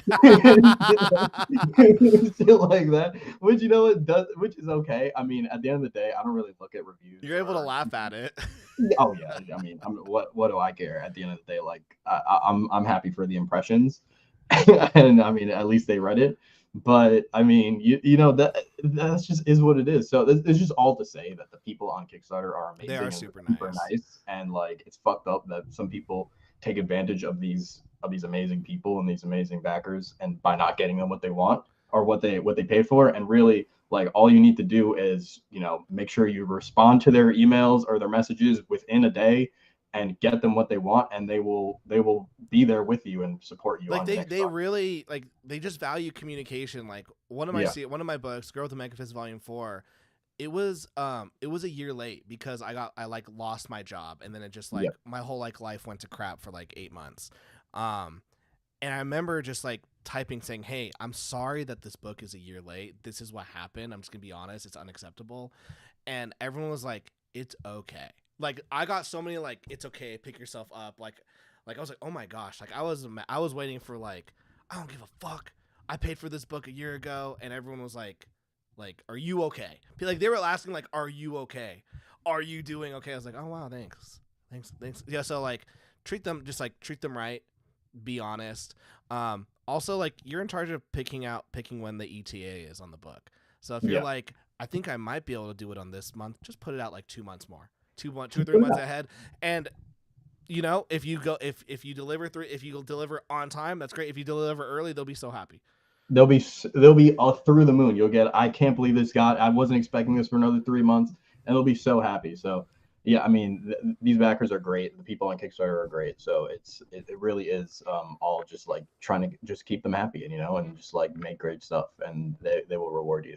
What are some outdated pieces of advice you see people still giving, like indie creators? Indie creators are like still pushing like certain narratives. Outdated? I mean, what's crazy? I feel like all the advice that I was getting when I first started 5 years ago was outdated. So I mean, like, is there even any dated, like, That's correctly true. dated advice? You know what I mean? That's Like when fair. I started making comics, people are like, "Oh, all you have to do is make one Kickstarter, then go to a convention, and somebody like an editor's gonna pick you up." It's like, what the fuck are you talking about? And that's No just way. not how it works.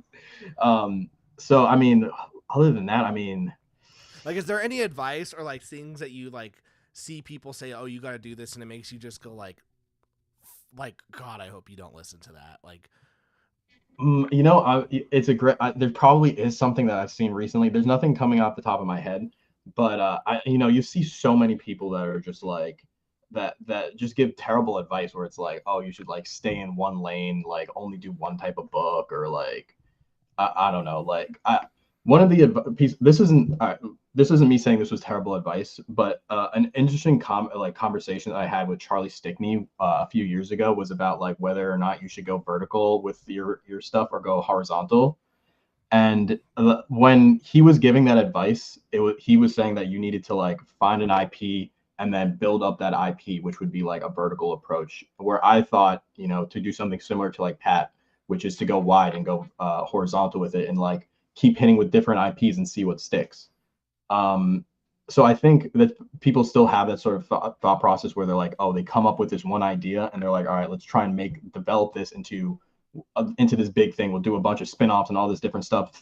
Mind you, I did this myself, but it's like not like, I don't think it's the proper way to do things. I think the wide approach, unless you have an amazing first shot at a campaign, but doing a bunch of different series instead of just focusing on one. I think if your goal is to make something sustainable on Kickstarter, which is different from just writing and like making stuff and just like putting out a comic book, but if your goal is to like make something sustainable on Kickstarter that you can do like multiple times a year, I think going that wide horizontal approach where you're throwing stuff at the wall and seeing what sticks is the way to go about it, as opposed to like focusing on like that one one title. Yeah, you baby. I'll say this, and this is no disrespect to Charlie Stickney, because phenomenal. Why Ash is fantastic. I was listening to a stream, by the way. This is so off topic. I listened to a stream, and he's like, because he's a TV writer, and he's like, he's got like 5 seasons of White Ash, and he's currently still on season 1. I'm like, bro, like, hurry that shit up. I gotta hurry that shit up then. But I think one mindset of like the vertical would be, especially if you like Charlie Stickney or like even like my friend Larry who does Niobe, is, this sounds so rude, these guys are kind of old. They're old, but like to them, like they're like, okay, how do I leave my mark on my one thing? And to me, I'm like, well, I'm young, I've still got like 40 years on the planet, 50 years on this planet. I've got a ton of ideas and I want to make all of them, and like if I can make enough money to make more of them, I want to make more of these ideas. And I think if you go that horizontal route, you then have more chances to have more wins. You could randomly have you can have more wins, you can also have more losses. Like when my Cthulhu book didn't hit very well, it wasn't the end of the world. Like, it wasn't anywhere I was like, all right, well, like that one didn't hit, so we're just like not going to do that one, and we're going to make a new idea. Or like you get more chances at bat, and I think the people who maybe think like really vertical, they might be like writers who like most writers I feel like, correct me if I'm wrong, they have limited chances at bat. So like if they have to get hits. Otherwise, if they miss, there's a chance they might not be able to play the game anymore. They just 100%. They just might. Okay. 100%. There's definitely a lot more risk as a writer because you have to pay for every at bat, as opposed to an artist where you don't. You know what I mean? Unless you need to hire a writer, and even if you do, like having somebody write you a script is going to be so much cheaper than having somebody draw you a whole comic book. Mm-hmm. So yeah, you have a lot less attempts. And so that could be an argument for like why you should go vertical, is because you should put all that you can into one project and try and make that as best as you can, like try to make it as high and make it do as well as possible. So I mean, just like with anything, just like how we're talking about with like the Peter Paul stuff, like there's pros and cons to every sort of choice that you make. It's just when you're starting out, it's like trying to decide like which is the most optimal. And yeah, I think you obviously want to have as many bats as possible as a writer. As anybody, you want to have as many bats as possible. I had a mentor back in the day, back when I was working at a tech startup. We were making a social media app. It was going to change the world, but then COVID happened. I'm sure a lot of people have had that story before. but my mentor was this extremely rich man, and he told me that life is all about moonshots. You know, you get to enough money that you can start taking moonshots, and what, like, most of your moonshots are going to fail, but all you need is one of those moonshots to hit for you to like be off to the races. So I've sort of, internalized that, where it's like, most of the stuff that you're going to do isn't going to pan out as well as you'd hope it would, but at some point something might. Something will go to the moon. So you have to keep taking those shots. That's fair. Do you think that a strategy that a creator could do is more one shots, like tailor the book to be a one shot, but if it does well, you could rewrite it in a way, or produce it in a way that continues? I mean, I think so. That's kind of similar to like a lot of like manga stuff. I know that manga comics. Everyone's like, manga, don't say that. No, this is a safe spot. No. The reason why I bring that up is because like I remember reading that your trading card one, and I was like, dang, like I really like this. I like trading cards. I wish there was more trading card comics. And then I was like, okay, so he isn't doing more ever, it looks like.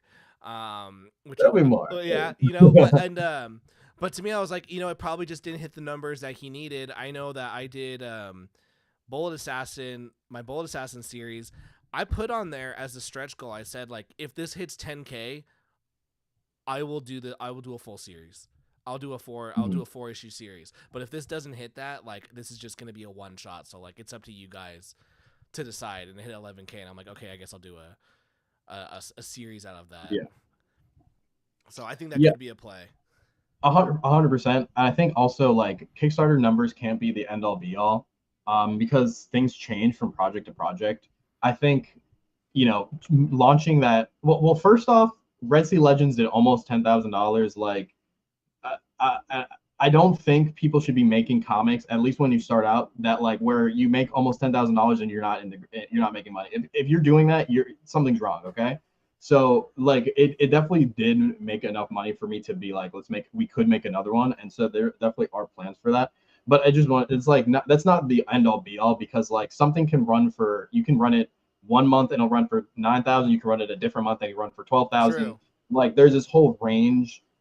Run another month and run for like 7,000, right?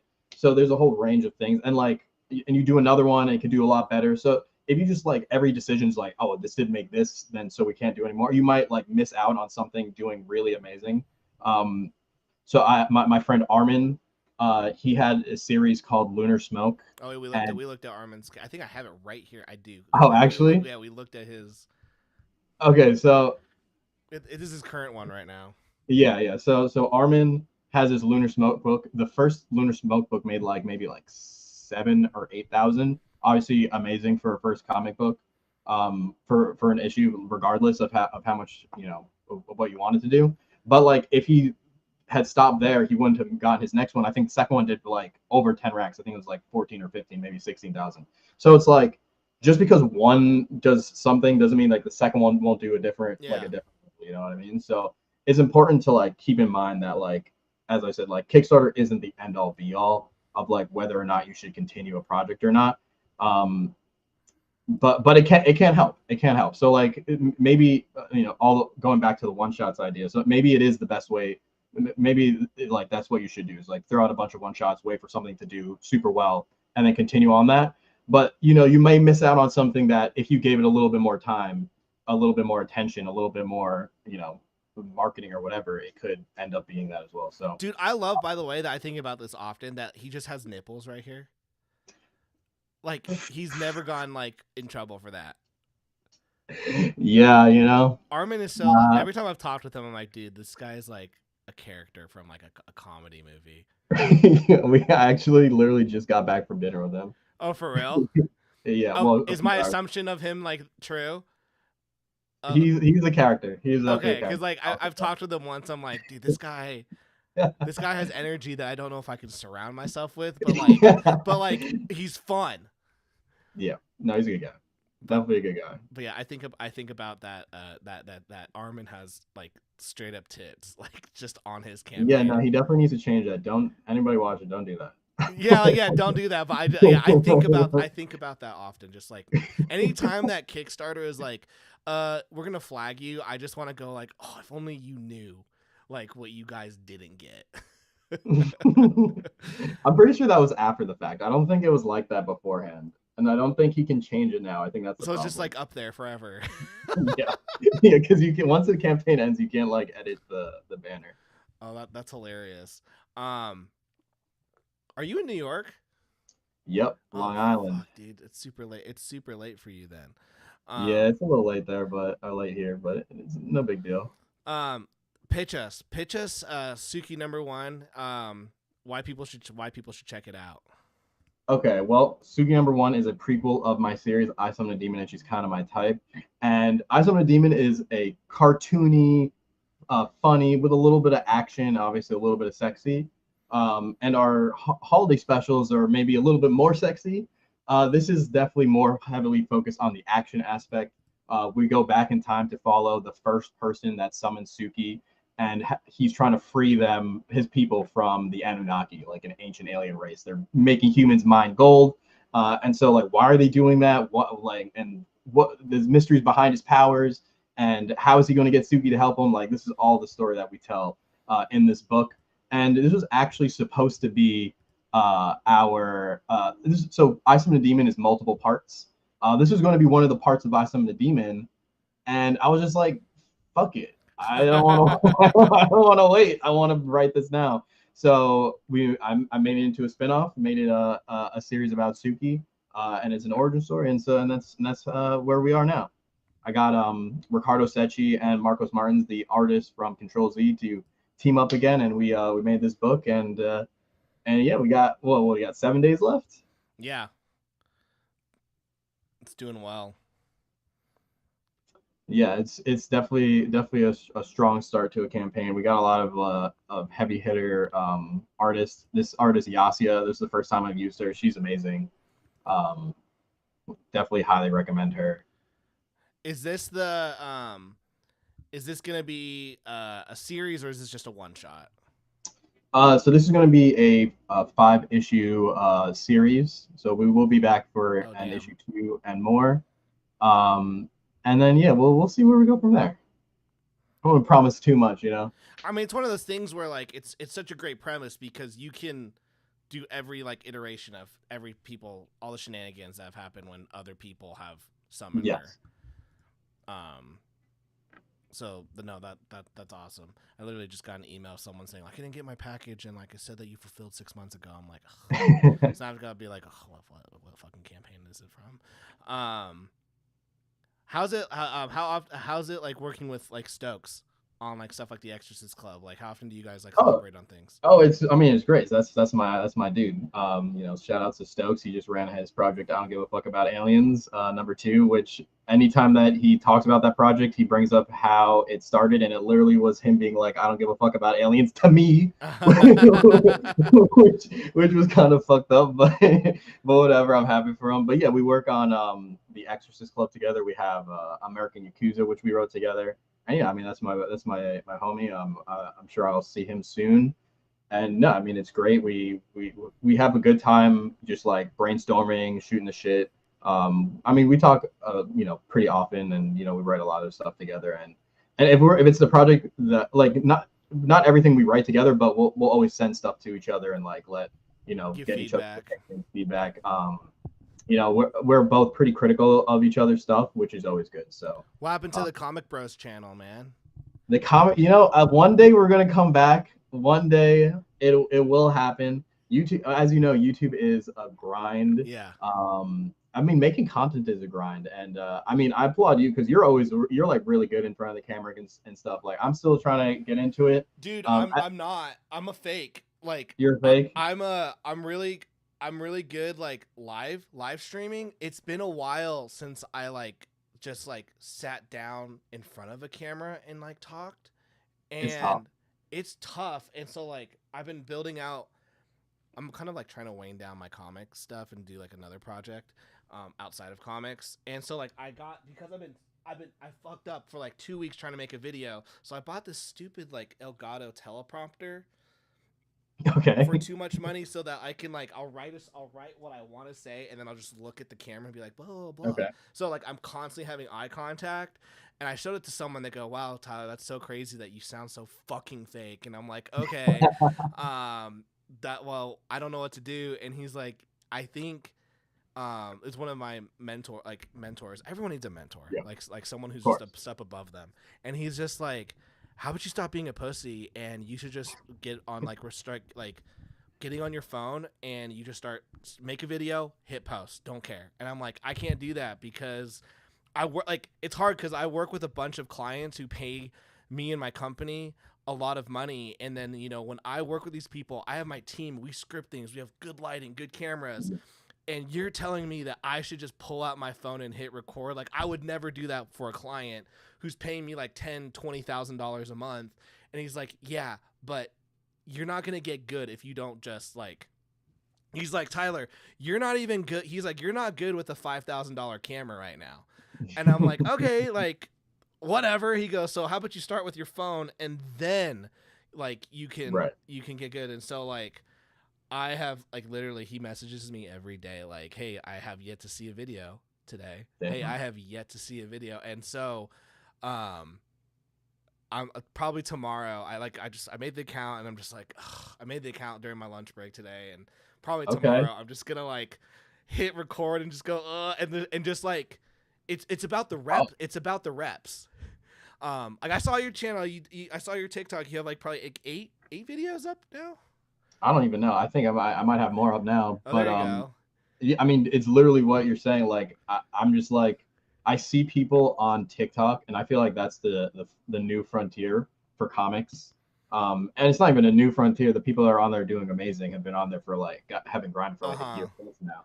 But you see people like Impound Comics, Ace Blade Comics, Battle Try Comics, blah. The list goes on. And then there's people that do graphic novels and all this other stuff that I think there's one, I think it's called Wisps or something that I see come up on my For You page all the time. This dude sold so many books. And it's fucking AI. That's my only beef with him. Is it really? It's all AI. I never really put too much. Because I look at his numbers and I'm like, this guy has sold 3,000 fucking copies. Crazy. Yeah, it's all on TikTok. All on TikTok. And I mean, all you really need is a couple of videos to go viral. Yeah. And I mean, and a lot of these people, all they do is they take their phones, they put it in front of their face, and they just talk. Yeah. That's all they do. They just talk. And there's a girl I found, and she's just I don't know if I think she is a colorist for DC Comics, but you would never know because of her content, because her content's so just reader focused. So she was just the first video, just her going, stop making Wonder Woman without muscles. And it had 400,000 views. I mean, that's super nice. And I was like, holy crap! And I looked at all of our videos; they're all clearing 100,000, and they're only just comic book content. Yeah. Of like, not like this is how to make comic or how I would do it. It's like I'm like good topics on like the comic book community, and I'm like, okay, like I've just gotta. And there's no production, there's no $5,000 camera lighting. It's just like they pulling out their phone, they're saying their shit, and then they post it, and I'm like, yeah. But it's all about going back to what you're saying about horizontal. I think by going horizontal, you're getting more reps with your writing. You're learning how to write in different genres, different storytellings. Therefore, like you are in essence, because you're putting out more, you're getting better faster. In my opinion, 100%. I don't know. I know 100%. I definitely think there's something to that, and yeah, I mean, just like, well, I mean, I do want to push back a little bit because you're like definitely don't do any creator focused content. I think TikTok is the one place where you can have multiple different audiences because of how good the TikTok algorithm is. I can believe if that. you do it on YouTube, like it just goes into everybody's sub box, and like you might fuck up like the type of people that are watching your content.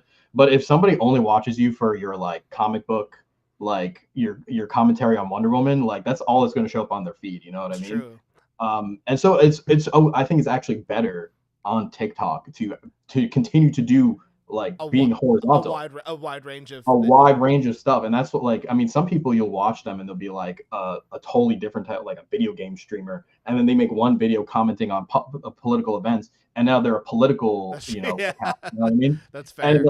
And it does, like TikTok, you know, you're building an audience for yourself, you know, and as long if you're doing it properly, you should be building it for you, and you should be able to put commentary on anything out and people will eat it up.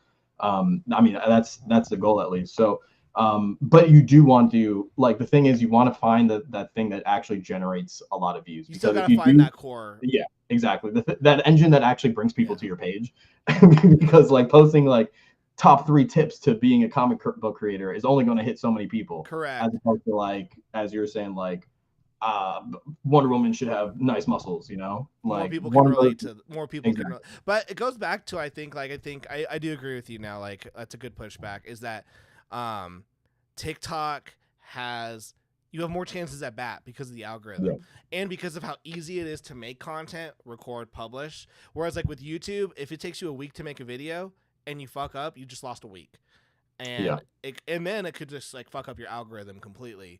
Whereas with TikTok, it's always just like feeding. It's just always learning and feeding. Right.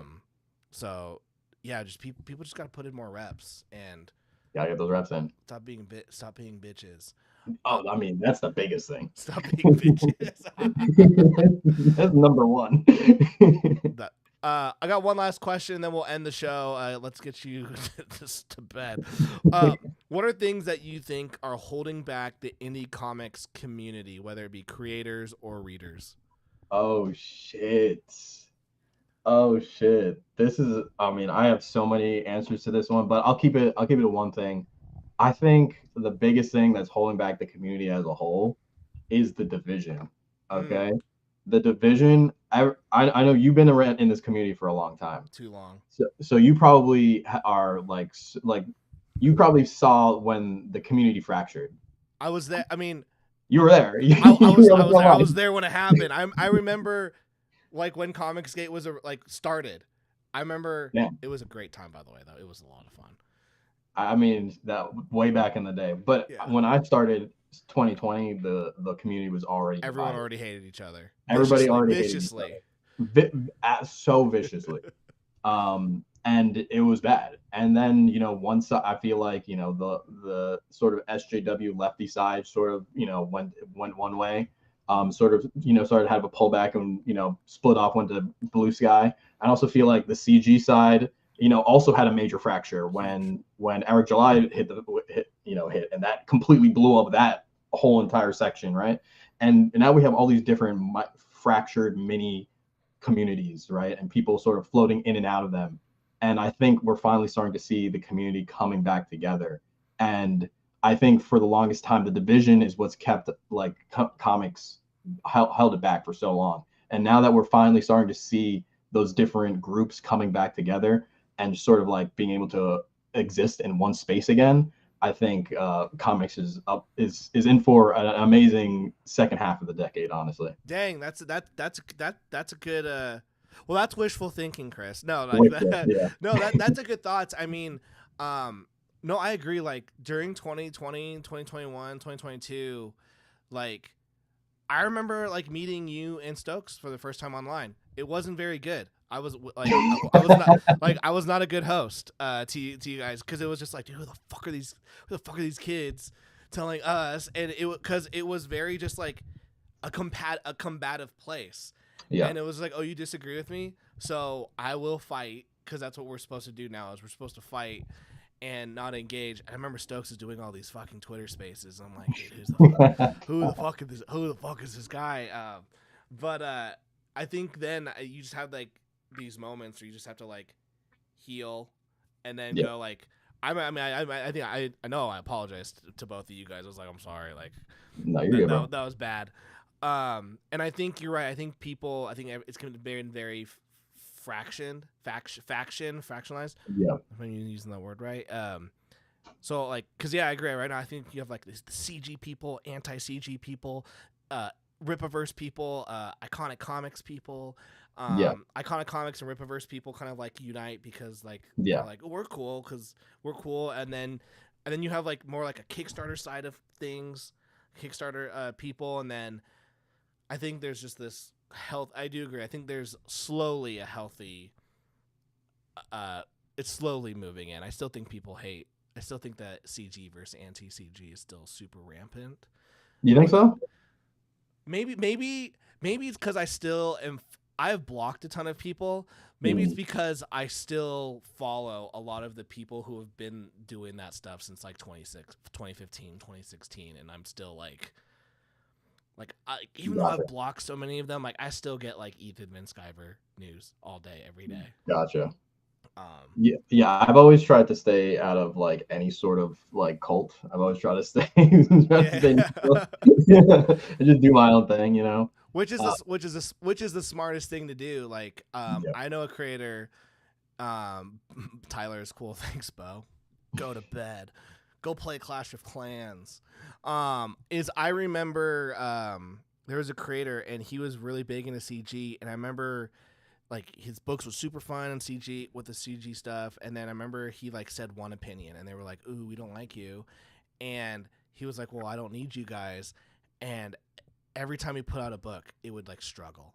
It would do shit. So then I remember messaging me going, I think I'm gonna go back. And I'm like, why? Just like clearly you don't actually have an audience that you own. You're just on rented land from these people saying like, oh, go back this guy's book. He goes back. They treat him like trash. His book funds again, like kind of high. But then he's like, I still have to now be part of this cult like group. Right. Leaves again, tries to do it again. Like 2 of his books do absolutely shit.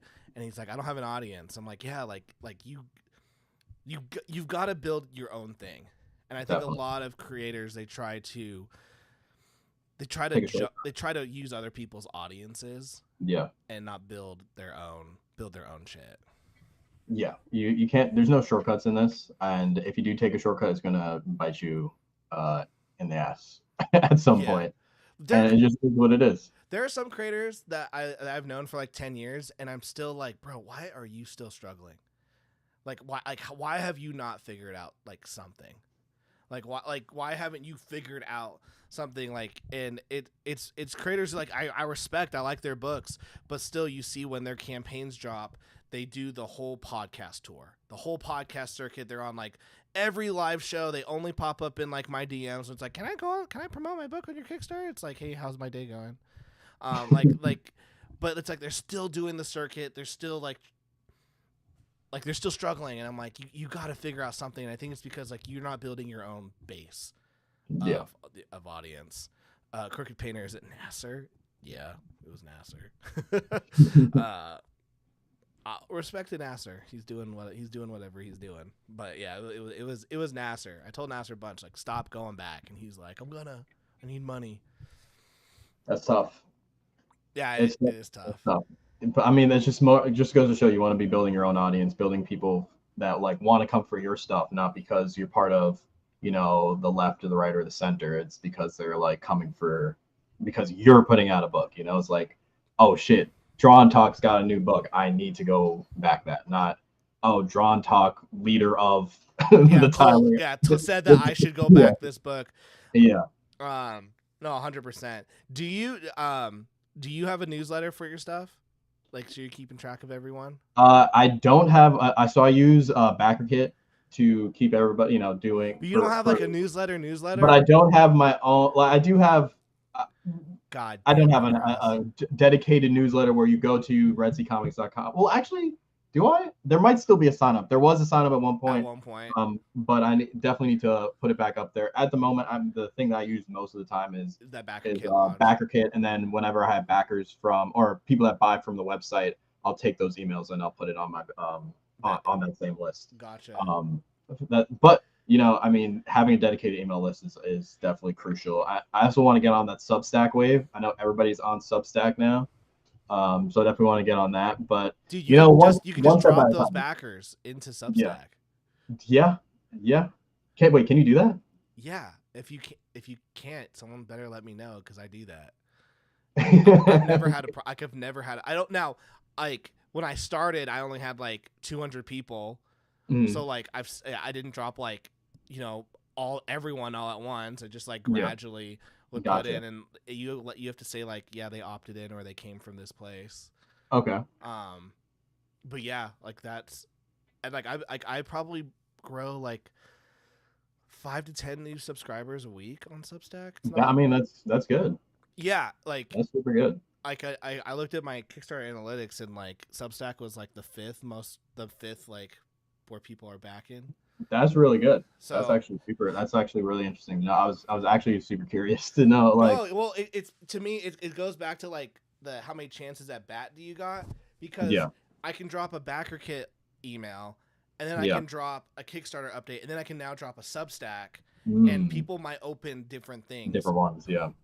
And you know, like if they see the BackerKit, like they know what it's coming. Like they know what they're getting. Like they go, all right, this is a BackerKit. Whereas my Substack, the headline was like Superman. It was about Superman, so they might want to read the Superman thing. And the first thing I say is like, hey, we're gonna talk about Superman real quick. Check out my Kickstarter. All right, let's go into Superman. Oh God, that's actually smart.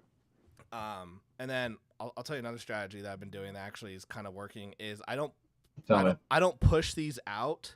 I just got a new subscriber. I got literally just now new subscribers to my Substack. Look at that little notification at the very top. Just popped up. Is that I don't push these out, but there's a Substack community, and I've just been putting out I put out 2 comic book reviews, and I got like 3 subscribers from each one. So if I read a comic, I just like post it. And it goes to like the notes section of Substack, and then so there is like a discovery for Substack. Yeah, this is the sauce that a lot of people don't know about. Yeah, I didn't even know. It has a whole Twitter like feed that's super active, and there's a comic section. Come on. All right, I guess Substack next week. There you go. Yeah, so there's a comic section. It's semi-active, and you can like message people, you can comment. Yeah. I mean, these are just names I've never seen before, which is like the best part. Yeah, which is the best part. And then like, let's see if you can see like my various like posts, but then like this is like it's called notes. Like this like their equivalent of their tweets. So like I posted like my best one so far was this Batman one I did. Where is it? Where I was like, I want to make up my own fan Batman comic one day, and like I got like 21 like likes, and like 10 of these people subscribed. I have no idea who they are, where they came from. Fire. So yeah, my goal is to do like a note a day, and you can have multiple Substacks. So like I have one called Breaking the Panel. I haven't done it in forever, but it was like all on marketing. Gotcha. I would get a ton of like creators going on that one. I have one I've never posted, but it's called the Manga Cafe. I've never ever posted on it, and it has 2023. Damn. And it has like looking like the Super Comic Bro channel. It has 400 subscribers. I've never posted once. Oh shit. I've never posted once.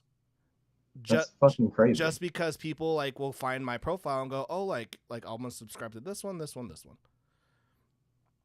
So, I mean, you're convincing me right now, dude. I'll tell you this, like the side business I'm building is purely built on Substack, and the reason why is I met a guy and I was like, hey, it was at this like big, like, you know, everyone has $1 bajillion except me conventions. And I was at lunch and I was like, so what do you do? And he goes, oh, I'm on Substack. And I go, oh, I have a Substack too. And he goes, what's your Substack? And I go, this. And he looks and goes, oh, I'm on Substack. And he pulls out his, and I go, you can make like $1 million? Dude, you know, he's like, he makes $1 million a month on his Substack. He shows me his like analytics. I'm like, you can make money on this shit? And he's like, yeah. From what though? Yeah. Like, is he just selling his products or some shit? I can't even get into it because I'm not a member. So this is his Substack, and it's a resource thing, and he has like a paid. So like they sell like AI stuff, and he has all these products that you can buy, but you have to be a paid member, and it's like, oh my god. So I can either buy buy it straight for $150, or I can just get access if I become a member. Oh, fine, I'll just fucking subscribe. These are his membership packages. Jesus. $200 a year, $349 a year, $20 a month. But he has AI fit. Yeah, and he's $1 million a month. That's amazing. And so I'm like, okay, so that's definitely amazing. I mean, this is like, I mean, AI is definitely like it's a hot topic. It's it's also the way to like, right. There's so many people that are making so much money off of this stuff right now. I mean, it just is the wave. I don't know how I feel about, like, I think generative AI is bullshit as is everybody, but like as a tool, it's pretty insane. I have a weird relationship with AI where like I don't like use the generative stuff. Yeah, generative is bullshit. But like I use all the other marketing right. shit. But like, yeah, I've got like this guy. I met him as well. Nope, not Wes Pierce. It's this other guy. No, was it Wes? And he has 10,000 subscribers. And all on Substack, he's built it, and he's bringing in like 50,000 a month. Wow! Just on Substack, and I'm just like, okay. And I'm not saying like this is like possible like in the comics section, but like you can build it out where you can have like paid memberships. Yeah. Like sell your products on here, and I was like, okay. And there's just this huge like there's like the fact that there's a comics tab. You also don't need $50,000 a month from like if you're doing like. In comics, like I'm sure most people like an extra $1,000 a month would literally change. Exactly. Like if you were bringing an extra $1,000 a month with your email newsletter, you'd be like, okay, like I'm happy. Yeah. You know. So yeah, Substack. It's been really interesting. Like I've only been like going hard on it for like I've had it for 2 years, but like ever since I met that guy and he was like, dude, you're not doing Substack like I am. I've been like, okay, like. I know. And ever since I started like just posting on notes and being more active, I've gone like 5 to 10 new subscribers purely on Substack every single week. I mean, you're definitely convincing me, Tyler. Definitely convinced. You just added another thing. Hey, one other thing, it's free. Like that's actually the nice thing. MailChimp, once you get past 1,000 subscribers, it's like $20 a month. ConvertKit, it's like $50 a month. Like, gotcha. You don't get all the cool features that typical email marketing platforms will give you. Like the one that I use at my work, we pay like $1,000 a month for it. It can do some crazy shit. This is all you need. Like, yeah, this is all you need. And if you can write like one, just like if you're like, I do this one thing, people come here because they like this one thing. To me, it's perfect. And you can always go off and you can always build off Substack and go else. But this has a community, which is nice. Like there's people who like, there's an app and I'll just scroll on it and just like interact with people like Twitter, and they're all like either writers or artists or just people who genuinely like reading Substack newsletters. I mean, that's great. I mean, and this is just another piece of the puzzle like we were talking about, you know, when just thinking about going horizontal in all aspects. I mean, there's no reason not to. And you're a writer, so like, where's Cullen Buns? I saw this.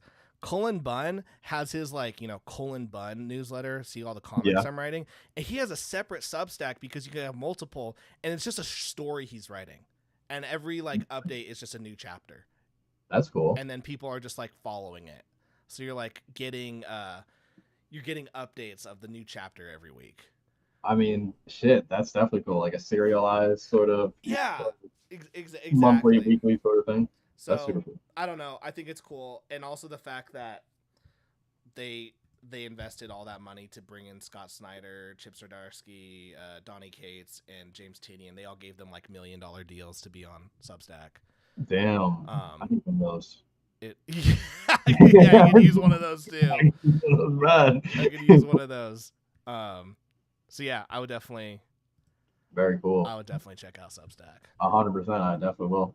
All right, guys. I think we gave y'all some sauce. There's definitely a lot of game in there. That's Panda says correction. Tyler does have his own cult, the Ferk Gang. Man, that's OG Draw and Talk stuff. The Ferk game. Damn. I named my Patreon tiers that. That's crazy. Back when I was doing Patreon. But now we're doing Substack, guys. Guys, go check out Suki #1. Chris, where can people find you, man? So I'm on everything. Chris Moses on Instagram, Twitter, TikTok. I'm on Kickstarter. You can go to redseacomics.com to pick up digital copies of all my books. And yeah, I'm just out here, yo. So I mean, if there's comics, I'm not too far away. Damn, that's a good pitch. You are everywhere. You are everywhere. So guys, go check out Chris Moses. Go check out his books. Link is in the chat. Link is in the description. We'll have to bring on you and Stokes one of these nights. And, definitely. And Definitely. that'll be a party. So guys, thank you guys so much for watching. Also as well, go check out Super Plumber Sisters. We have 17 days to go. Goal is series finale. Finally did all 4 books. Well, congrats, man. That's a big milestone right there. Thanks, man. It's tiring. I will say I would have gone. This is no shade to Erwin. I really like working with him. He ghosts me every book. Like, it's just a thing that I know that he'll ghost me for 3 months, and then he'll be like, "Oh, sorry, here's the whole book, all 40 pages." So I'm like, it's not that I want to end it. Is I just, for my mental health, I don't want to like have 3 months of just like, I'm not like, this is the time that Erwin doesn't come back. Yeah. It's always every book I'm just like, he's not coming back this time, and then he's like, "Oh, I'm sorry, here I am. Here's all 40 pages," and I'm like, "Fuck, dude, like stop doing that." And then give him a new script, ghost me for 3 months, and then he's like, "Oh, here you go." I'm like, "Bro, I can't do this anymore." Fantastic artist though, had a great time working with him. I seriously recommend him. Like, he does a fantastic art. Maybe he doesn't do that with anyone else, but he does that with me, and like my mental health can't take it. I get it. So, all right, guys, we're gonna end the stream. You guys have a good rest of your week. Peace.